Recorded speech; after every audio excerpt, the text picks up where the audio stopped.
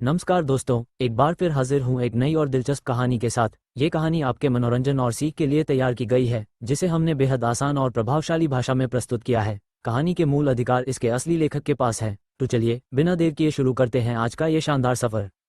अध्याय 1, जिंगशी झील का रहस्य और नया जन्म। रात का सन्नाटा गहरा था, लेकिन लिनहाई शहर की कृत्रिम रोशनियां अभी भी आसमान को चुनौती दे रही थीं।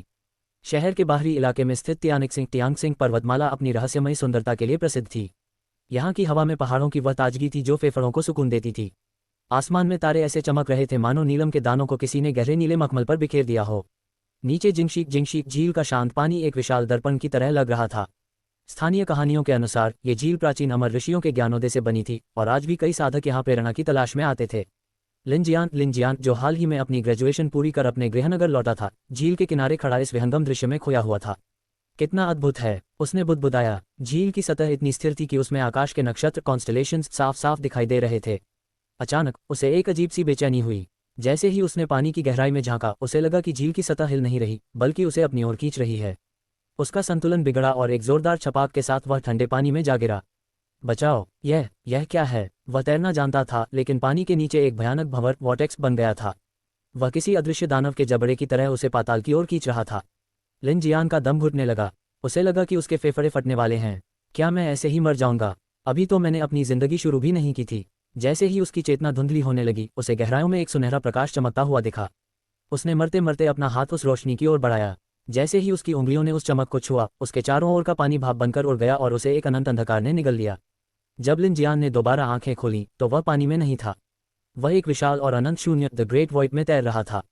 चारों ओर गैलेक्सियां और टूटते हुए तारे किसी आतिशबाजी की तरह उसके बगल से गुजर रहे थे। क्या मैं मर चुका हूँ? क्या ये पुनर्जन्म का मार्ग है? तभी उसने देखा कि उसकी मुट्ठी में एक छोटा सा सुनहरा क्यूब दबा हुआ है। जैसे ही उसने उसे गौर से देखा, वह क्यूब पिघलकर एक सुनहरी किरण बना और बिजली की गति से उसके माथे के बीचों बीच समा गया। डिंग, उपयुक्त मेजबान होस्ट की पहचान सुनिश्चित।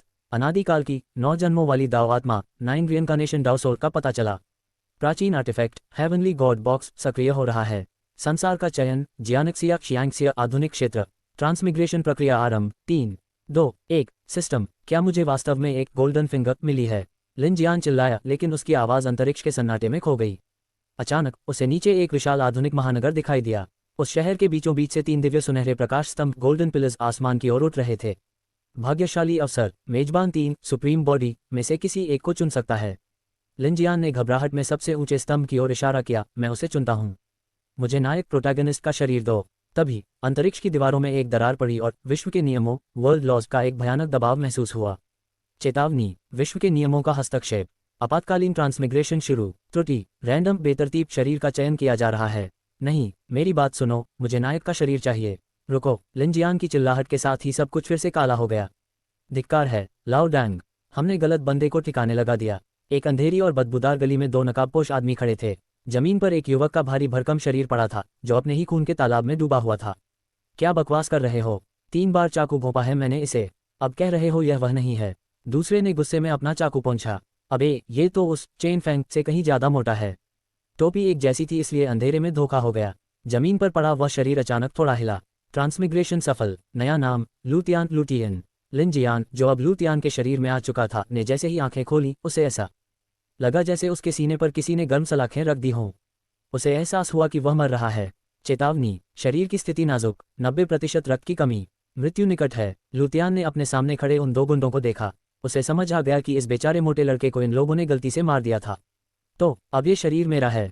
अगर मैं अभी मरा तो मेरी दूसरी जिंदगी शुरू होने से पहले ही खत्म हो जाएगी। उसने अपनी पूरी इच्छाशक्ति बटोरी। सिस्टम, मुझे बचाओ, कुछ भी करो। डिंग, कोई मुफ्त उपचार उपलब्ध नहीं है। मेजबान के पास 10 डेस्टिनी पॉइंट्स हैं। क्या आप जीवन बचाने के लिए इनका उपयोग करना चाहते हैं? हाँ, सब ले लो, बस मुझे जिंदा रखो। उपभोग जारी। आपातकालीन हीलिंग शुरू। कोशिकाओं का पुनर्निर्माण। शरीर की अतिरिक्त वसा फैट को ऊर्जा में बदला जा रहा है। अस्थायी बफ टाइगर रोड स्ट्रेंथ सक्रिय। शारीरिक शक्ति 300% बढ़ी। समय 60 सेकंड। लूटियन को महसूस हुआ कि उसके घाव तेजी से सिल रहे हैं। उसका भारी शरीर अचानक हल्का और ताकतवर होने लगा। उसकी रगों में एक हिंसक ऊर्जा दौड़ने लगी। उसने अपना सिर उठाया और एक ठंडी मुस्कान के साथ उन गुंडों की ओर देखा। उसकी आंखों में अब वह डरपोक लड़का नहीं, बल्कि एक आधुनिक दुनिया से आया हुआ विलेन चमक रहा था। अरे देखो, ये सुअर अभी भी जिंदा है, गंजे गुंडे ने हंसते हुए कहा और चाकू ताना। लूटियन धीरे से खड़ा हुआ और अपनी मुट्ठी भींची। उसकी हड्डियों के चटकने की आवाज़ गली में गूंज उठी। अब तुम्हारी बारी है। लूटियन के भीतर गुस्से का ज्वालामुखी फट रहा था। धिक्कार है तुम पर, तुम लोगों ने न केवल गलत इंसान को चुना बल्कि अब मेरी मदद भी नहीं कर रहे। लूटियन ने अपने दांत पीसते हुए सामने चमक रहे टाइमर को देखा। हालांकि ये दिखने में हटे कट्टे हैं, पर हैं तो मामूली गुंडे ही। अपनी 3 गुना बढ़ी हुई ताकत के साथ मैं इन्हें धूल चटा सकता हूँ। उसने मन ही मन गणना की। अचानक उसकी नज़र उस टेढ़े चेहरे वाले गुंडे के हाथ में मौजूद खंजर पर पड़ी। उसने एक जोखिम भरा दांव खेलने का फैसला किया। रुको, तुम कमीनो, तुम्हारी हिम्मत कैसे हुई मुझे मारने की? क्या तुम्हें कानून का डर नहीं है? लूटियन कमजोरी का नाटक करते हुए चिल्लाया। हाँ, इसे देखो, यह अभी भी जिंदा है। लाओ डैंग, तुम तो एक मामूली चूजे को भी नहीं मार पाए। गंजे गुंडे ने तिरस्कार से कहा और दूसरे के हाथ से चाकू छीन लिया। बच्चे, तुझे तब तक चुपचाप पड़े रहना चाहिए था जब तक हम चले न जाते। पर अब मैं तुझे जिंदा नहीं छोड़ सकता। वह क्रूरता से हंसते हुए लूटियन की ओर बढ़ा। शांत, मुझे शांत रहना होगा। लूटियन ने मुट्ठी भींची। टाइमर पर अब सिर्फ 40 सेकंड बचे थे। तभी गंजा गुंडा तेजी से आगे बढ़ा और लूटियन के पेट में एक जोरदार मुक्का मारा। लूटियन को महसूस हुआ कि उसके घाव फिर से खुल गए हैं और वह पीछे की ओर लड़खड़ा गया। लेकिन अजीब बात यह थी कि उसे उस गुंडे की ताकत उतनी डरावनी नहीं लगी जितनी वह दिख रही थी। यही मौका है। लूटियन का हाथ बिजली की गति से घूमा और उसने गंजे गुंडे की कलाई पकड़ ली। क्या? गुंडा दंग रह गया। इससे पहले कि वह कुछ समझ पाता, लूटियन ने उसका हाथ मरोड़ दिया। गुंडा दर्द से चिल्ला उठा। लूटियन ने पलक झपकते ही चाकू छीना और उसे गुंडे की कमर में घोंप दिया। पुच! आह! गुंडा दर्द से कराह उठा। लूटियन ने एक पागल सांड की तरह उसे धक्का देकर जमीन पर गिरा दिया और उस पर चाकू से कई वार किए। कमीने, तुम मुझे मारना चाहते थे, अब मरो। लूटियन की आंखें खून की प्यास में लाल हो गई थीं। 10 सेकंड शेष। बॉस, टेढ़े चेहरे वाला गुंडा चिल्लाया, तेरी हिम्मत कैसे हुई ब्लैक बेयर गैंग के लोगों को हाथ लगाने की? लेकिन जैसे ही लूटियन ने उसकी ओर खूनी नजरों से देखा, वह कांप उठा और मुड़कर भागने लगा। 8, 7, 6 उल्टी गिनती ने लूटियन को बेचैन कर दिया। वह अपनी 3 गुना ताकत के साथ एक एथलीट की तरह भागा और हवा में उछलकर भागते हुए गुंडे की पीठ पर चाकू दे मारा। बफ समाप्त। शरीर सामान्य अवस्था में लौट रहा है। हाँ, लूटियन हौंफने लगा। उसकी हथेलियां खून से सनी थीं। मेजबान को बधाई, भाग्य की आपदा, फेट ट्रिब्यूलेशन से बचने के लिए। चेतावनी, अत्यधिक थकान, तत्काल विश्राम की आवश्यकता है। अचानक लूटियन को अपना शरीर भारी लगने लगा। उसे एहसास हुआ कि उसने किसी की जान ले ली है, पर उसने खुद को शांत किया। यह उनकी गलती थी। अगर मैं नहीं मारता तो वे मुझे मार देते। वह लड़खड़ाते हुए उस अंधेरी गली से बाहर निकला। सड़क पर सामान्य शहर की तरह भीड़ थी। लूटियन अभी आगे बढ़ ही रहा था कि अचानक एक जोरदार ब्रेक लगने की आवाज़ आई। धमाका! इससे पहले कि वह कुछ समझ पाता, एक कार ने उसे जोरदार टक्कर मारी। लूटियन हवा में कई मीटर उछलकर किसी फटे हुए खिलौने की तरह सड़क पर जा गिरा। बेहोश होने से पहले उसे बस उस कार की नंबर प्लेट याद रही, LX9008। ओह, मैं कहाँ हूँ? जब लूटियन की आंखें खुली तो वह एक सफ़ेद शून्य ब्लैंक स्पेस में था। अचानक रोशनी के कण जमा होने लगे और एक आकृति उभरी। मैं यहाँ क्या कर रही हूँ? मैं तो 3 वॉइड दाओइस्ट्स से लड़ रही थी। एक अत्यंत सुरीली और मोहक आवाज़ ने लूटियन को चौंका दिया। उसने अपने जीवन में कभी इतनी सुंदर स्त्री नहीं देखी थी। उसकी आंखें सुबह के तारे जैसी चमक रही थीं और उसकी त्वचा पन्ने जेड की तरह चिकनी थी। लेकिन सबसे हैरान करने वाली बात यह थी कि वह स्त्री पूरी तरह निवस्त्र थी। मैं नग्न क्यों हूँ? वह सुंदरी घबराहट में चिल्लाई। फिर उसकी नज़र लूटियन पर पड़ी, जो खुद भी बिना कपड़ों के वहां खड़ा था। दोनों के बीच एक अजीब सी स्थिति बन गई। तो तुम इस गॉड बॉक्स के मालिक हो? धिक्कार है। मैं एक महान योद्धा से एक आर्टिफैक्ट स्पिरिट बन गई। उसने आह भरी। ए लड़के, जल्दी से कुछ कपड़ों की कल्पना कर। लूटियन ने तुरंत ध्यान लगाया और अचानक दोनों के शरीर पर कपड़े आ गए। लूटियन ने एक कैजुअल टी शर्ट और शॉर्ट्स पहने, जबकि उस सुंदरी ने प्राचीन चीनी राजसी पोशाक धारण की। वह किसी प्राचीन देवी की तरह लग रही थी। मेरा नाम सू किंग्योक है। तुम मुझे बड़ी बहन कह सकते हो, उसने गर्व से कहा। तुम अभी हेवनली फॉर्चून सिस्टम के भीतर हो। चूंकि तुम्हारी आत्मा इसके अनुकूल थी, इसने तुम्हें अपना स्वामी मान लिया है। लूटियन के सामने एक इंटरफेस प्रकट हुआ। नाम लूटियन, ऊर्जा 100, शक्ति 50, डेस्टिनी पॉइंट 0/20, फॉर्चून पॉइंट 0। सू किंग्याओ ने समझाया, डेस्टिनी पॉइंट तुम्हारे अनुभव और भाग्य की तरह हैं। जितने ज़्यादा अंक उतनी ही अच्छी किस्मत। सड़क से उठाया पत्थर भी कीमती हीरा निकल सकता है। और फॉर्चून पॉइंट तुम भाग्य के नायकों प्रोटैगनिस्ट्स का भाग्य चुराकर या दुनिया की किस्मत बदलकर कमा सकते हो। तो इसका मतलब मैं एक महाशक्तिशाली विलेन बन सकता हूँ। लूटियन की आंखों में चमक आ गई। सू किंग्याओ ने हाथ लहराया और लूटियन के दिमाग में एक ज्ञान की लहर दौड़ गई। कौशल प्राप्त, भाग्य की आंखें, आइज ऑफ फॉर्चून। अचानक लूटियन की चेतना वापस अस्पताल के कमरे में लौटी। उसने मन ही मन कहा, भाग्य की आंखें। उसकी दृष्टि बदल गई। अब वह दुनिया को अलग रंगों और धागों में देख सकता था। वह समझ गया कि यह प्रणाली उसे दुनिया की अदृश्य ऊर्जा को देखने की शक्ति देती है। वह बिस्तर से उठा और खिड़की के बाहर देखा। नीचे वही कार खड़ी थी जिसने उसे टक्कर मारी थी, LX9008। लूटियन की आंखें ठंडी हो गईं। तभी एक सुंदर नस कमरे में दाखिल हुई। छोटे भाई, तुम्हें बिस्तर पर आराम करना चाहिए। तुम्हारे घाव अभी पूरी तरह ठीक नहीं हुए हैं, नज ने चिंता भरे स्वर में कहा। धिक्कार है, कितने आकर्षक व्यक्तित्व वाली नज है। लुतियान की नज़रें उसके चेहरे और उसके सेवा भाव पर पड़ी, लेकिन उसने तुरंत खुद को संभाला और हल्का सा खांसा। नहीं, मुझे शांत रहना होगा, अभी और भी महत्वपूर्ण काम करने हैं। ओह सिस्टर नज, क्या आप बता सकती हैं कि वह बाहर खड़ी लाल रंग की लग्जरी कार किसकी है? लुतियान ने खिड़की की ओर इशारा करते हुए पूछा। नज ने लंबी आह भरी। वह लाल कार, वह युवा स्वामी वांग यंग मास्टर वैंग की कार है। बेचारे के गुंडों को किसी ने बुरी तरह पीटा है और अब वह यहाँ पुलिस के साथ मामला सुलझाने आया है। युवा स्वामी वांग? लुतियान ने हैरानी से पूछा। वह बिस्तर पर बैठ गया और अपनी धुंधली यादों को टटोलने लगा। यद्यपि यह ग्रह पृथ्वी जैसा ही था, पर यह पृथ्वी नहीं थी। इसे ब्लू क्लाउड स्टार कहा जाता था, जो पृथ्वी से कम 10 गुना बड़ा था। यहाँ का इतिहास तब बदल गया जब 1000 साल पहले एक उल्कापिंड की बारिश हुई थी। उस रहस्यमयी ऊर्जा ने जानवरों को खतरनाक राक्षसों म्यूटेटेड बीस्ट्स में बदल दिया था, लेकिन उस आपदा ने इंसानों को भी बदला। प्राचीन खंडहरों से मिले मार्शल डाओ के रहस्यों और तकनीकी विकास ने मानवता को फिर से खड़ा किया। आज के समय में यहाँ की अकादमियों में मार्शल आर्ट और तकनीक दोनों सिखाई जाती थीं। लुतियान, जिसका मूल नाम लिनजियान था, की यादों के अनुसार वह एक अनाथ था जो छोटे मोटे काम करके अपना गुजारा कर रहा था। युवा स्वामी वांग? लगता है वह इस ग्रीन लीफ सिटी के अमीर घरानों में से एक है। लुतियान ने मुट्ठी भींची। धिक्कार है, अभी मैं उससे पंगा नहीं ले सकता। लेकिन रुको, मेरे पास सिस्टम है, डरने की क्या बात है? वह अचानक बिस्तर से उछला और जोर से हंसने लगा। अरे तुम तो मुझे डरा रहे हो। नज 2 कदम पीछे हट गई और लुतियान को अजीब नजरों से देखने लगी। नहीं सिस्टर, मैं बस कुछ सोच रहा था। असल में युवा स्वामी वांग की कार ने ही मुझे टक्कर मारी थी। लुतियान ने गंभीरता से कहा। क्या ये सच है? ये अमीर बिगड़ल लड़के अपनी पहुंच के कारण कानून की परवाह नहीं करते। नज ने गुस्से में कहा। वहां कुछ पुलिस वाले वांग से पूछताछ कर रहे हैं, तुम चाहो तो उनसे मिल सकते हो। धन्यवाद सिस्टर, आप बहुत दयालु हैं। लुतियान मुस्कुराया। मैं आपका नाम जान सकता हूँ?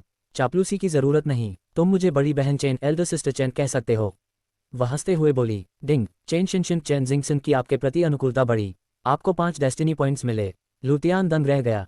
सुकिंग्याओ की आवाज़ उसके दिमाग में गूंजी। जब कोई उच्च डेस्टिनी पॉइंट वाला व्यक्ति तुम्हें पसंद करता है तो तुम्हें भी अंक मिलते हैं। आमतौर पर सुंदर महिलाओं के पास अधिक डेस्टिनी पॉइंट होते हैं। उन्हें प्रभावित करना भाग्य लूटने का सबसे सुखद तरीका है। लुतियान मुस्कुराया और उस वार की ओर बढ़ा जहां वांग मिंग पुलिस से बहस कर रहा था। कमीनों, कितनी बार कहूं, मैं कार नहीं चला रहा था। जब मैं होटल में था तब किसी ने मेरी कार चुरा ली थी। वांग मिंग चिल्ला रहा था। चोर ने मुझे फंसाने के लिए ये सब किया और फिर चुपके से कार वापस खड़ी कर दी। लुतियान भ्रमित हो गया।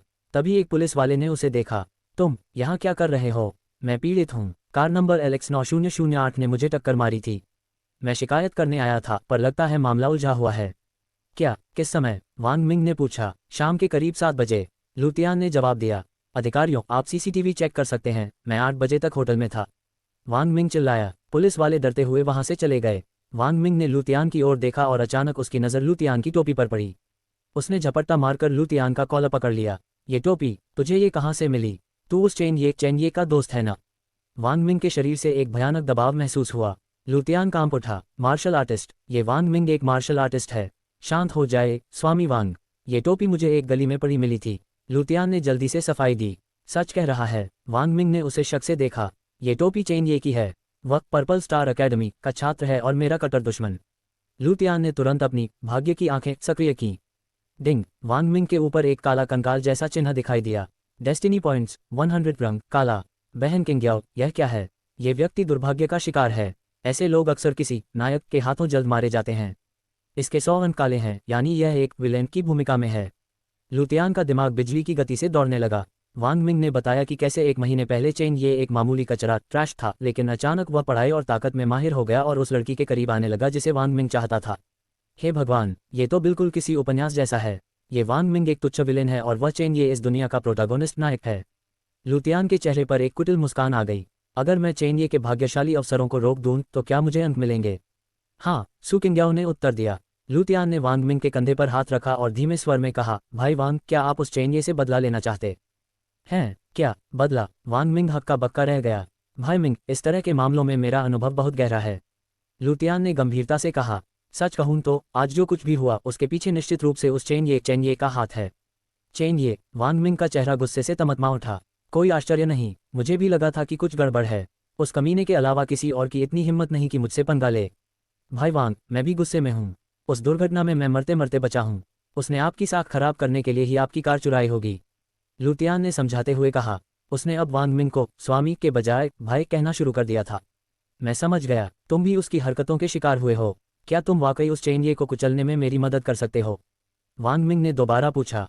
भाई वांग, बस जैसा मैं कहता हूँ वैसा करें और वह चेनये कुत्ते की मौत मरेगा। लुतियान कुटिलता से मुस्कुराया। बहुत अच्छे भाई, तुमने अभी तक अपना नाम नहीं बताया। वांग मिंग ने पूछा। मेरा नाम लुतियान है। शानदार भाई लू, आइए हमारी इस साझेदारी का जश्न मनाएं।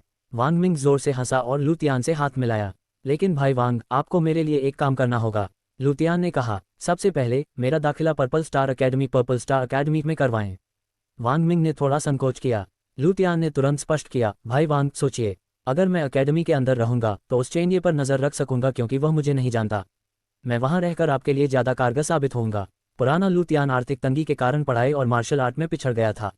पर्पल स्टार अकेडमी शहर का शीर्ष संस्थान था जहां दाखिले के लिए या तो असाधारण प्रतिभा चाहिए थी या बहुत ऊंचा रसूख। लुतियान के पास वांग मिंग के रूप में अब वह रसूख था। पर्पल स्टार अकेडमी के छात्रावास में चेनये खुशी खुशी टहल रहा था। ही वह वांग मिंग तो गुस्से में बंदर की तरह उछल रहा होगा। वह मन ही मन हंसा। चेनये रुको, पीछे से एक लड़की की आवाज आई। वह ली यलिंग थी, जो अकेडमी की सबसे सुंदर लड़कियों में से एक थी। युलिंग, देखो, मैं तुम्हारे नोट्स ले आया हूँ। चेनये मुस्कुराया। अच्छा है कि तुमने पढ़ाई पर ध्यान देना शुरू किया है। हर कोई मार्शल आर्टिस्ट नहीं बन सकता, तुम्हें एक अच्छी नौकरी ढूंढनी चाहिए। ली युलिंग ने समझाया। साधारण नौकरी? मेरी शक्तियों के साथ मैं जल्द ही इन अमीर खानदानों को अपने पैरों तले रौंद दूंगा। चेनये ने मन ही मन सोचा। ठीक है युलिंग, तुम्हारी क्लास का समय हो गया है, तुम जाओ। जैसे ही युलिंग गई, वहां वांग मिंग के दो चेले फान जियान और फान पिंग आए। देखो इन दोनों बेवकूफों को, क्या अभी भी मुझसे पिटने का मन है? चेनये ने उपहास करते हुए कहा और अचानक फान जियान के पेट में एक मुक्का जड़ दिया। फान जियान किसी बोरी की तरह पीछे जा गिरा। फान पिंग ने भी विरोध किया, पर चेनये ने उसे भी जमीन पर लिटा दिया। कमीने, चेनये, तुम स्कूल के नियमों का उल्लंघन कर रहे हो। अचानक वांग मिंग वहां प्रकट हुआ और चिल्लाया। वांग मिंग, क्यों न तुम भी मेरे मुक्कों का स्वाद चखो? चेनये हंसा, लेकिन उसकी मुस्कान तब जम गई जब उसने वांग मिंग के साथ एक और व्यक्ति को देखा। वाइस प्रिंसिपल उप प्रधानाचार्य। चेनये दंग रह गया। छात्र चेनये, तुम्हारी इतनी हिम्मत कि तुम हॉस्टल में अपने सहपाठियों पर हमला करो? वाइस प्रिंसिपल गुस्से से गरजे। जल्द ही वहां छात्रों की भीड़ जमा हो गई। चेनये ने सफाई दी। सर, आपको गलतफहमी हुई है। इन्होंने शुरुआत की थी। वाइस प्रिंसिपल, यहाँ कैमरे लगे हैं, आप फुटेज चेक कर सकते हैं। वांग मिंग ने धर्मप्रायण लहजे में कहा। प्रिंसिपल ने अपने फोन पर सीसीटीवी फुटेज देखी। फुटेज में स्पष्ट था कि चेनये ने ही पहले हमला किया था, जबकि फान भाइयों ने कोई प्रतिरोध नहीं किया। ये लुतियान की योजना थी कि फान भाई सिर्फ पिटने का नाटक करेंगे और खुद को घायल दिखाएंगे। क्या इनकी पसलियां टूट गई हैं? ये हफ्तों तक चल नहीं पाएंगे। वाइस प्रिंसिपल तब भड़क गए जब उन्हें डिस्पेंसरी से रिपोर्ट मिली। असंभव, मैंने इन्हें बस हल्का सा मारा था। चेनये हक्का बक्का रह गया। अच्छा, तो तुम कह रहे हो कि अकेडमी के अधिकारी झूठ बोल रहे हैं? वांग मिंग ने पलटवार किया। ये कल के घाव होंगे। चेनये की जुबान फिसल गई। हे भगवान, तुमने इन्हें कल भी पीटा था। तुम एक राक्षस हो चेनये। वांग मिंग चिल्लाया। भीड़ में खड़े छात्र बुदबुदाने लगे। मैंने सोचा था चेनये एक अच्छा लड़का है, पर यह तो गुंडा निकला।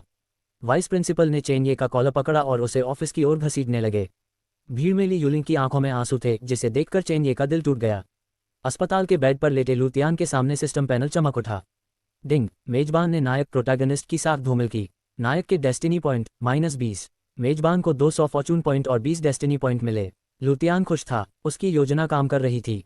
डिंग, 20 डेस्टिनी पॉइंट प्राप्त करने के उपलक्ष्य में लकी रूलेट सक्रिय। लुतियान ने 5 बार रूले घुमाया। मैकेनिकल गॉड की यादों का अंश, mechanical god's memory shard. Rune प्रशिक्षु की diary, rune apprentice's diary. Skill mastering card. 100 आकर्षण अंक, 100 पॉइंट्स ऑफ चार्म। 4 कलाओं के देवता की पूर्ण विरासत, inheritance of god of 4 arts. लुतियान का चेहरा उतर गया। यह क्या कचरा है? मेरी दैवीय तलवार या अमर गोलियां कहाँ हैं? ये सिस्टम गाचा जैसा है। तुम्हें इसे अपग्रेड करना होगा, सुकिंग्याओ ने आलस से कहा।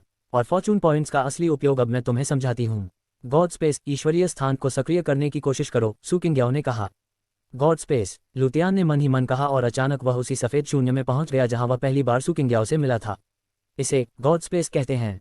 ये सिस्टम के भीतर का एक क्षेत्र है जिसके कई उपयोग हैं, सुकिंग्याओ ने समझाया। वर्तमान में तुम यहाँ अपनी आत्मा के रूप में हो। जब तक तुम फॉर्चून पॉइंट्स खर्च करोगे, ये स्थान तुम्हारी कल्पना के अनुसार बदल सकता है। क्या मैं अपनी कल्पना को हकीकत बना सकता हूँ? लुतियान दंग रह गया। उसने हाँ पर क्लिक किया और अचानक दृश्य बदल गया। वहां अंतहीन घास के मैदान और प्राचीन वृक्ष उगाए। मैदान के बीच में प्राचीन वास्तुकला वाला एक छोटा सा सुंदर घर खड़ा था। आसमान गहरा काला था और तारे नमक के दानों की तरह बिखरे हुए थे। वाह, तुम्हारी कल्पना वाकई शानदार है, सुकिंग्याओ ने मुस्कुराते हुए घर की ओर कदम बढ़ाए। भाईलू, अचानक एक आवाज ने उसे हकीकत में वापस खींच लिया। वांग मिंग अस्पताल के कमरे में दाखिल हुआ। हा, भाईलू, तुम तो जीनियस हो। तुम्हें उस चेनये का चेहरा देखना चाहिए था। यहाँ तक कि ली यूलिंग भी अब उससे नफरत करने लगी है। मैंने वाइस प्रिंसिपल से बात कर ली है, तुम कल से पर्पल स्टार अकेडमी ज्वाइन कर सकते हो। ये तो बस शुरुआत है भाई वांग, हम उस चेनये को कुत्ते की तरह नचाएंगे। लू तियान मुस्कुराया। वांग मिंग ने लू तियान को एक बैंक कार्ड दिया। भाई लू, इसमें 100,000 युआन हैं। इसे रखो और अपनी ज़रूरतें पूरी करो। लू तियान ने कार्ड रख लिया। के इस अमीर विलेन को लूटने में मज़ा आ रहा है। डिंग, आपने कहानी के प्रवाह को थोड़ा बदल दिया है। आपको 50 फॉर्चून पॉइंट्स मिले। अगले दिन लू तियान अपने पुराने सामान को पैक करने के लिए अपने किराए के छोटे से अपार्टमेंट में पहुंचा। कल से मैं अकेडमी के हॉस्टल में रहूंगा, इस कबाड़खाने से पीछा छूटेगा। लेकिन जैसे ही उसने दरवाज़ा खोला वह दंग रह गया। दरवाज़ा पहले से खुला था, अंदर से पानी गिरने की आवाज़ आ रही थी। अचानक बाथरूम का दरवाज़ा खुला और एक लड़की बाहर निकली। वह भी अभी नहाकर निकली थी, उसके शरीर पर पानी की बूंदें चमक रही थीं। उसने तौलिए से अपने बाल सुखाए। लू तियान की आंखों के सामने एक बेहद आकर्षक दृश्य था। लड़की ने लू तियान को देखा और चीख पड़ी। क्या आह! उसने पास पड़ा एक फूलदान लू तियान की ओर दे मारा। तुम मेरे घर से बाहर निकलो! वह चिल्लाए और बेडरूम में घुस गई। हे भगवान, ये लड़की पागल है क्या? यह मेरा घर है। लू तियान ने बेडरूम का दरवाज़ा खटखटाया। दरवाज़ा खुला और वह लड़की बाहर निकली। उसने अब एक पीली टैंक टॉप और काले शॉर्ट्स पहन रखे थे। बदतमीज़, अंदर आने से पहले खटखटा नहीं सकते थे? मुझे अपने ही घर में आने के लिए खटखटाना पड़ेगा। लू तियान ने चिढ़कर कहा। अभी बताओ तुम कौन हो, वरना मैं पुलिस को फ़ोन कर दूंगा। क्या तुम अपने रक्षक के साथ ऐसा व्यवहार करते हो? लड़की ने अपनी बाहें सिकोड़ते हुए कहा। रक्षक? मैं तुम्हें जानता तक नहीं। लू तियान ने याद करने की कोशिश की। जब कार ने तुम्हें टक्कर मारी थी तब मैं ही तुम्हें अस्पताल ले गई थी, और अस्पताल में भर्ती करने के लिए मेरे बैंक के सारे पैसे खर्च हो गए। मेरे पास कहीं और रुकने के पैसे नहीं थे, इसलिए तुम्हारे वॉलेट से तुम्हारा पता मिला और मैं यहाँ आ गई। मुझे लगा तुम मर गए हो क्योंकि तुम कल वापस नहीं आए। उसने लापरवाही से कहा। लू तियान अवाक रह गया। खैर, जान बचाने के लिए शुक्रिया। मैं कल यहाँ से जा रहा हूँ तो तुम यहाँ रह सकती हो। वाकई, लड़की हैरान थी। मेरा नाम लू तियान है, आपसे मिलकर अच्छा लगा। लू तियान मुस्कुराया, लेकिन तभी उसने चुपके से अपनी भाग्य की आंखें आइज ऑफ फॉर्चून सक्रिय की।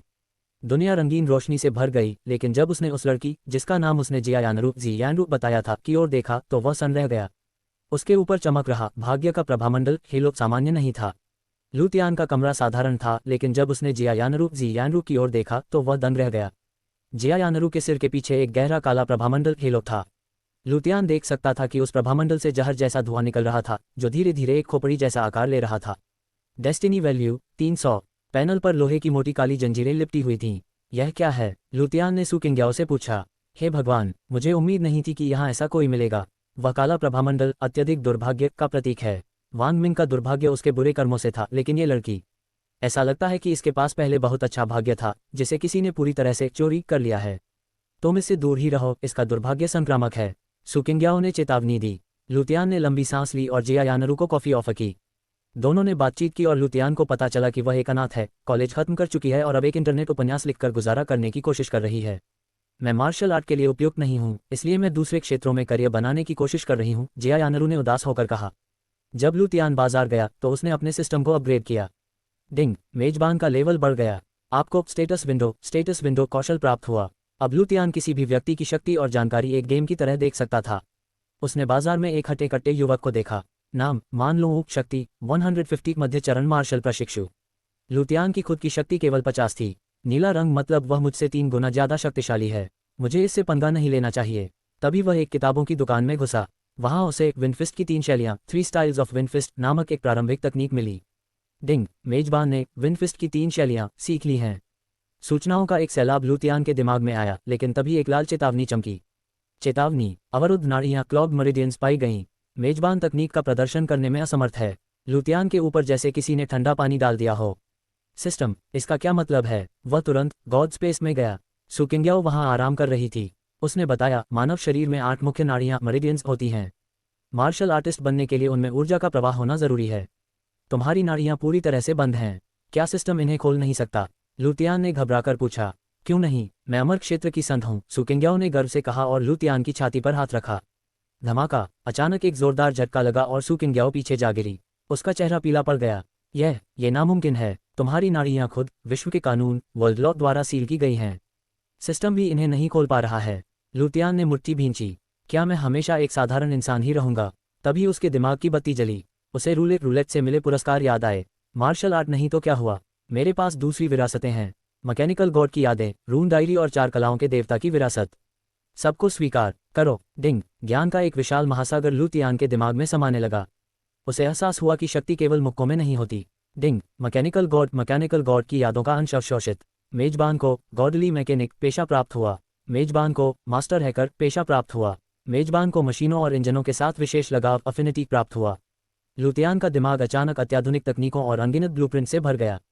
उसके पास अब दुनिया के किसी भी कंप्यूटर सिस्टम को हिला देने वाले साइबर कौशल थे। वाह, अद्भुत! इस यादों के अंश में कितनी चीजें हैं। युद्ध वाले मेज, warm X particle blasters, neutron battery और यहाँ तक कि एक वार्प इंजन का ब्लूप्रिंट भी। लू तियान उत्साहित हो उठा। यही तो है, सिर्फ इसलिए कि मैं मार्शल आर्ट का अभ्यास नहीं कर सकता, इसका मतलब यह नहीं कि मैं एक कमजोर चूजे की तरह शक्तिहीन रहूंगा। तुमने मार्शल आर्ट सीखी है, भाड़ में जाओ, मेरे पास लेजर गन होगी, देखते हैं कौन तेज है। लू तियान की सांसें तेज हो गईं। मेजबान ने रून प्रशिक्षु की डायरी को अवशोषित किया। जानकारी का एक और दौर लू तियान के दिमाग में उतरा। इस बार उसे रून और ताबीज टैलिस्मन्स का ज्ञान मिला। रून को कागज पर उकेरा जा सकता था जो ताबीज बन जाते, या विशेष सामग्रियों पर उकेर कर उन्हें चांप बनाया जा सकता था। इनका उपयोग हमले, रक्षा, भ्रम पैदा करने या बाधाओं को तोड़ने के लिए किया जा सकता था। बहती रोशनी का ताबीज, बिजली के प्रहार वाला ताबीज, बुराई को भगाने वाला ताबीज। ताबीजों की एक लंबी सूची और उन्हें बनाने की तकनीक उसके दिमाग में छप गई। लू तियान खिलखिलाकर हंसा। 4 कलाओं के देवता, गॉड ऑफ 4 आर्ट्स की विरासत प्राप्त हो रही है। मेजबान चित्रकला का संत, सेंट ऑफ पेंटिंग बना। मेजबान सुलेखन का संत, सेंट ऑफ कैलीग्राफी बना। मेजबान संगीत का संत, सेंट ऑफ म्यूजिक बना। मेजबान शतरंज का संत, सेंट ऑफ चेस बना। लू तियान की आंखों के सामने अंधेरा छा गया और दिमाग में हजारों घंटियां एक साथ बजने लगीं। उसे एक दिव्य दृश्य दिखा। एक बूढ़ा व्यक्ति सुंदर बगीचे में ब्रश से पेंटिंग कर रहा था। उसके हर स्ट्रोक में ब्रह्मांड की विविधता थी। जब पेंटिंग पूरी हुई तो लू तियान यह अंतर नहीं कर पा रहा था कि हकीकत क्या है और पेंटिंग क्या। दृश्य बदला। वही बूढ़ा व्यक्ति एक प्राचीन कमरे में था, उसके हाथ में कलम थी। उसने एक शब्द लिखा और लू तियान को लगा कि वह शब्द स्वयं स्वर्गीय दरबार का आदेश है, जिसका अपना एक और चेतना है। फिर उसे संगीत और शतरंज की असीम गहराइयों के दर्शन हुए। मैं सब समझ गया हूँ, फिर भी मुझे कुछ समझ नहीं आ रहा, लू तियान ने एक फीकी मुस्कान के साथ कहा। उसे महसूस हुआ कि वह बूढ़ा व्यक्ति कोई और नहीं बल्कि वह खुद था। जब लू तियान की चेतना वापस आई तो वह अभी भी किताबों की दुकान में था। अंकल, क्या मैं आपसे एक पेंसिल उधार ले सकता हूँ? दुकानदार ने सिर हिलाया और उसे पेंसिल दे दी। लू तियान ने कागज का एक टुकड़ा लिया और उस पर कुछ उकेरने लगा। कुछ ही देर बाद जब उसने कागज दुकानदार को दिया तो वह दंग रह गया। क्या तुमने अभी यह बनाया? दुकानदार चकित था। वह खुद का पोर्ट्रेट देख रहा था जो इतना वास्तविक था कि यकीन करना मुश्किल था। मैं 50 सालों से इस दुकान में हूँ, पर मैंने तुम्हारे जैसा युवा और प्रतिभाशाली कलाकार कभी नहीं देखा। ये तो कुछ भी नहीं है अंकल, लू तियान ने विनम्रता से कहा। तभी उसने अपनी भाग्य की आंखें सक्रिय कीं। दुकान की अधिकांश किताबें हरे रंग की थीं, कुछ मार्शल आर्ट नियमावली हल्के नीले रंग की थीं। लेकिन दुकानदार के पीछे के कैबिनेट में उसे एक बैंगनी वायलेट चमक दिखाई दी। अंकल, वह बांस की किताब बैम्बू स्क्रॉल क्या है? लू तियान ने इशारा किया। वह मेरी प्राचीन वस्तुओं का निजी संग्रह है, लेकिन चूंकि तुमने मेरा इतना अच्छा चित्र बनाया है, मैं तुम्हें इसे देखने दूंगा। लू तियान ने उस स्क्रॉल को हाथ में लिया। डिंग। 8 पॉइंट स्पिरिट नीडल तकनीक का पता चला। ओह, तो यह एक एक्यूपंक्चर तकनीक है, पर मेरे किस काम की? मैं अपनी आंतरिक ऊर्जा इंटरनल एनर्जी का उपयोग नहीं कर सकता। डिंग। अनुकूलता मिली। मेजबान ये तकनीक सीख सकता है क्योंकि इसमें आंतरिक ऊर्जा की आवश्यकता नहीं है। लू तियान ने तुरंत अपना स्किल मास्टरिंग कार्ड इस्तेमाल किया और पल भर में उस तकनीक का विशेषज्ञ बन गया। तभी दुकान के बाहर शोर मचा। देखो, एक्सीडेंट हो गया, एक बूढ़े व्यक्ति को ट्रक ने टक्कर मार दी, एम्बुलेंस बुलाओ। लू तियान भागकर बाहर निकला। सड़क पर एक बुजुर्ग खून से लथपथ पड़े थे। मैं इन्हें अपनी नई तकनीक से बचा सकता हूँ, उसने सोचा। उसने पास जाकर चुपके से बुजुर्ग के कुछ एक्यूपॉइंट्स दबाए जिससे खून बहना रुक गया। तभी एक युवक भीड़ को चीरता हुआ आया। रुको, अगर तुमने उन्हें ऐसे हिलाया तो वे मर जाएंगे, मुझे संभालने दो, मैं पारंपरिक सुई तकनीक ट्रेडिशनल नीडल टेक्निक जानता हूँ। भीड़ में से कोई चिल्लाया, ऐ छोकरे, क्या तू डॉक्टर है? क्या नाटक देखकर सीखा है? मैं जानता हूँ कि केवल मैं ही 9 रिवॉल्यूशन गोल्डन एक्यूपंक्चर कर सकता हूँ। मैं उनके दिमाग का खून जमने से रोक सकता हूँ, उस युवक ने गर्व से कहा। लू तियान ने उस युवक को देखा और मन ही मन हंसा। कितना जाना पहचाना संवाद है, वही घिसा पिटा नाटक। उसने अपनी भाग्य की आंखें उस पर टिका दीं। अचानक उस युवक के पीछे से एक सुनहरी आभा गोल्डन हेलो निकली जिसने आसपास के सभी रंगों को फीका कर दिया। स्टेटस विंडो दिखाने के लिए 200 फॉर्चून पॉइंट्स का उपयोग करें। हाँ, नाम चेन ये। शक्ति 300 बढ़ रही है। Destiny point 380। विशेष शक्ति यिन यांग दृष्टि, यिन यांग विजन, छिपे हुए मार्शल अंग। तकनीक तीव्र गड़गड़ाहट मुक्का, 9 रिवॉल्यूशन गोल्डन सुई विधि। तो यही है हमारा नायक चेन ये, जिसे शरीर के आर पार दिखने वाली आंखें मिली हैं। लू तियान के मुंह में पानी आ गया। 380 डेस्टिनी पॉइंट। लू तियान तुरंत पूरी कहानी समझ गया। एक अमीर व्यापारी को ट्रक टक्कर मारता है, तभी नायक आता है जो अपनी शक्तियों से उसे बचाता है, लोगों को नीचा दिखाता है और बाद में उस व्यापारी की सुंदर पोती नायक के प्यार में पड़ जाती है। ऐसा नहीं होने वाला, लेखक महोदय, लुतियान कुटिलता से हंसा। माफ करना बूढ़े बाबा, मुझे आपके शरीर का थोड़ा इस्तेमाल करना होगा। लुतियान ने चुपचाप कुछ और गुप्त एक्यू पॉइंट्स दबा दिए जो चेनये की तकनीक को काम करने से रोक देंगे और फिर बड़े प्यार से चेनये की ओर देखकर मुस्कुराया। रास्ते से हटो, मुझे अपने चिकित्सा कौशल का प्रदर्शन करने दो। चेनये चिल्लाया और भीड़ को धक्का देते हुए आगे बढ़ा।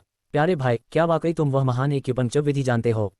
लुतियान ने घबराहट का नाटक करते हुए पूछा, जैसे वह घायल बुजुर्ग का कोई सगा रिश्तेदार हो। बिल्कुल भाई, बस कुछ ही पलों में मैं इनका खून बहना रोक दूंगा, चेनये ने धर्मप्रायण लहजे में कहा। तो फिर खड़े क्यों हो, जल्दी इनकी मदद करो, लुतियान ने उसे बुजुर्ग की ओर खींचते हुए विनती की। चेनये ने अपनी आंखें बंद कीं। उसकी आंखों से एक रहस्यमयी रोशनी निकली और उसके हाथ बिजली की गति से चलने लगे। उसने बुजुर्ग के शरीर पर कई बिंदुओं को छुआ। अचानक चेनये के पास से चांदी की चमकदार सुइयां निकली और उसने उन्हें बुजुर्ग के सिर और शरीर में धंसा दिया। कुछ ही पलों में 36 सुइयां बुजुर्ग के शरीर पर लगी थीं। देखो, खून बहना रुक रहा है। असंभव, क्या ये नौजवान वाकई कोई चमत्कारिक डॉक्टर है? भीड़ जय जयकार करने लगी और चेनये का चेहरा गर्व से चमक उठा। मेरी इन स्नो सिल्वर नीडल्स के साथ ये बुजुर्ग अब खतरे से बाहर हैं, चेनये ने लापरवाही से कहा। फिर भी इन्हें अस्पताल ले जाने की जरूरत है। देखो, बुजुर्ग की आंखें खुल रही हैं। किसी ने चिल्लाया, बुजुर्ग दादाजी, घबराए मत, मैंने आपकी जान बचा ली है। चेनये मुस्कुराया। खेक, तुम, बुजुर्ग के होंठ कान पे। हाँ, मुझे पता है, धन्यवाद की जरूरत नहीं है, मैंने बस अपना कर्तव्य निभाया है। चेनये ने सिर हिलाया। लुतियान ने मन ही मन चेनये की आत्मा की शांति के लिए प्रार्थना की और कुटिलता से मुस्कुराया। तुम कमीने, बुजुर्ग के मुंह से अचानक खून का फव्वारा फूटा। उनका शरीर बैंगनी पड़ने लगा और वे हवा के लिए तड़पने लगे। क्या मैंने क्या सुना? वह बुजुर्ग इस लड़के को गाली दे रहे हैं। ओह नहीं, देखो, उनकी हालत और बिगड़ रही है।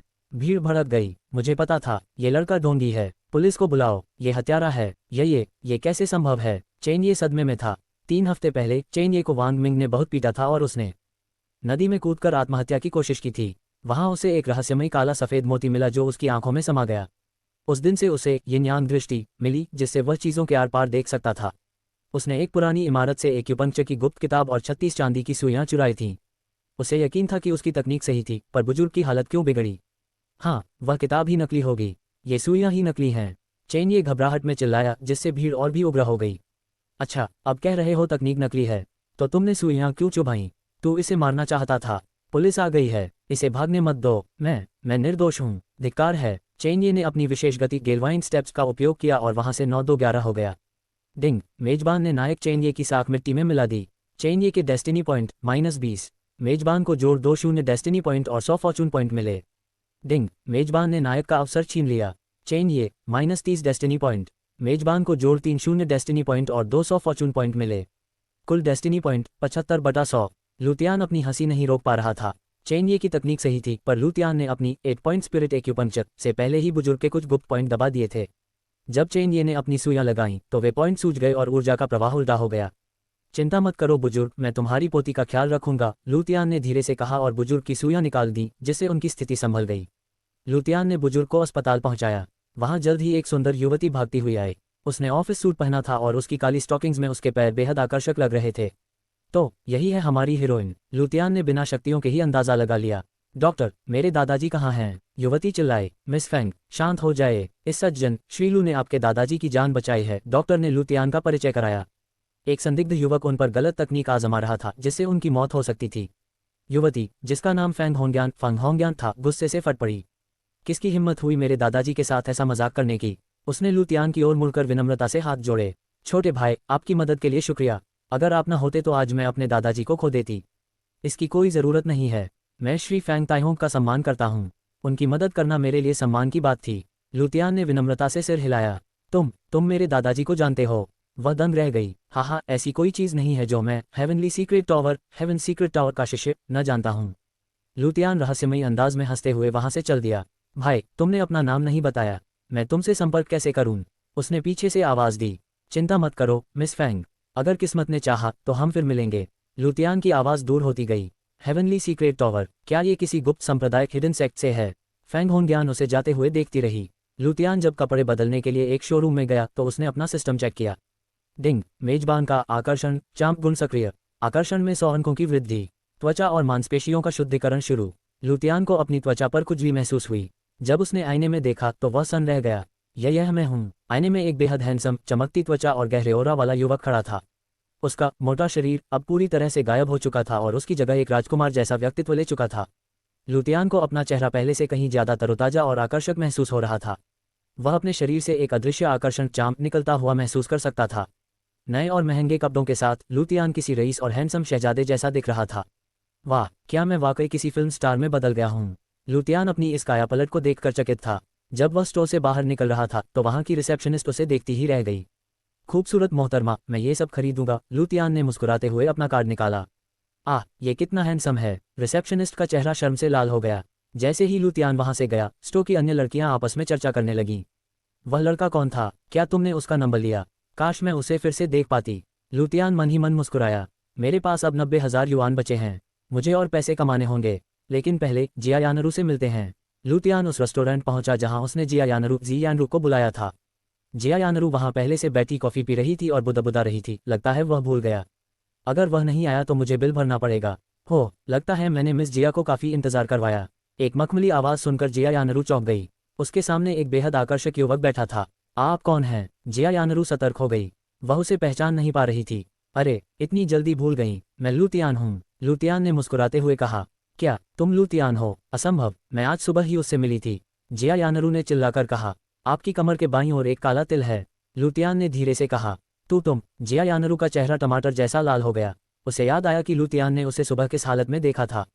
बेशर्म, ठरकी। ठीक है सिस्टर जिया, अब गुस्सा छोड़िए। वेटर, यहाँ के सबसे बेहतरीन व्यंजन ले आओ, आज मेरी तरफ से दावत है। लुतियान ने आवाज दी। खाना टेबल पर सज गया। जिया यानरू, जो पिछले 3 दिनों से सिर्फ इंस्टेंट नूडल्स खा रही थी, खाने पर टूट पड़ी। ये तो स्वर्ग जैसा स्वाद है। लुतियान ने उसे प्यार से देखा। आराम से खाए सिस्टर, खाना कहीं भागा नहीं जा रहा। तभी रेस्टोरेंट का दरवाजा जोर से खुला और 4 गुंडे अंदर दाखिल हुए। क्या यहाँ कोई खाली सीट नहीं है? एक हटे कट्टे शख्स ने चिल्लाकर कहा। लुतियान ने तुरंत अपनी भाग्य की आंखें सक्रिय की।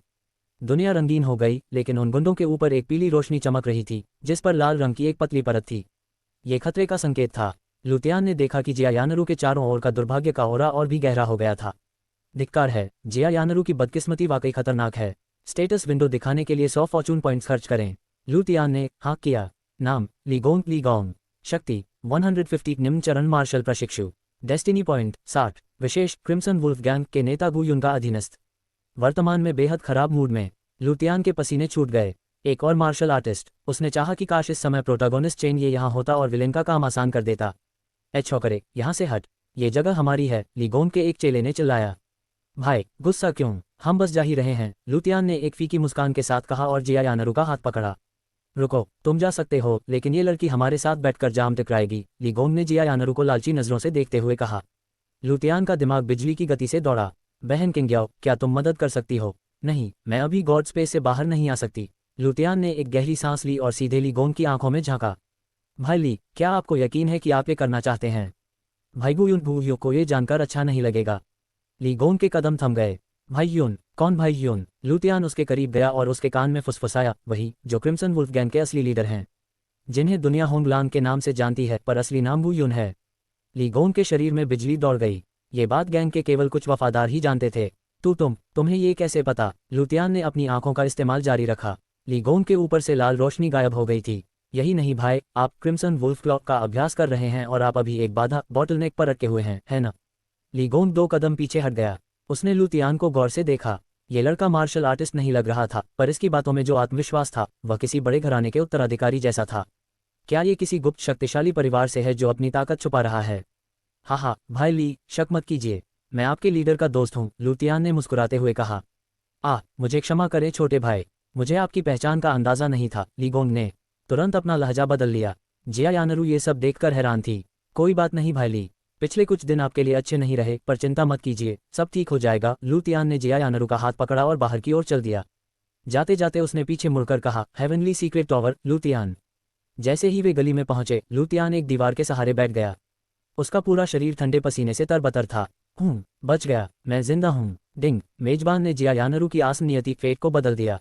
जोड़ 20 डेस्टिनी पॉइंट और 400 फॉर्चून पॉइंट प्राप्त हुए। 1000 फॉर्चून पॉइंट्स पूरे। ऊर्जा स्तर बढ़ा। वर्तमान ऊर्जा 150। क्या आप गॉड स्पेस को लेवल अप करना चाहते हैं? लुतियान ने राहत की सांस ली। उसकी बुद्धिमानी ने न केवल उसकी जान बचाई थी, बल्कि उसे और भी शक्तिशाली बना दिया था। लुतियान, क्या तुम ठीक हो?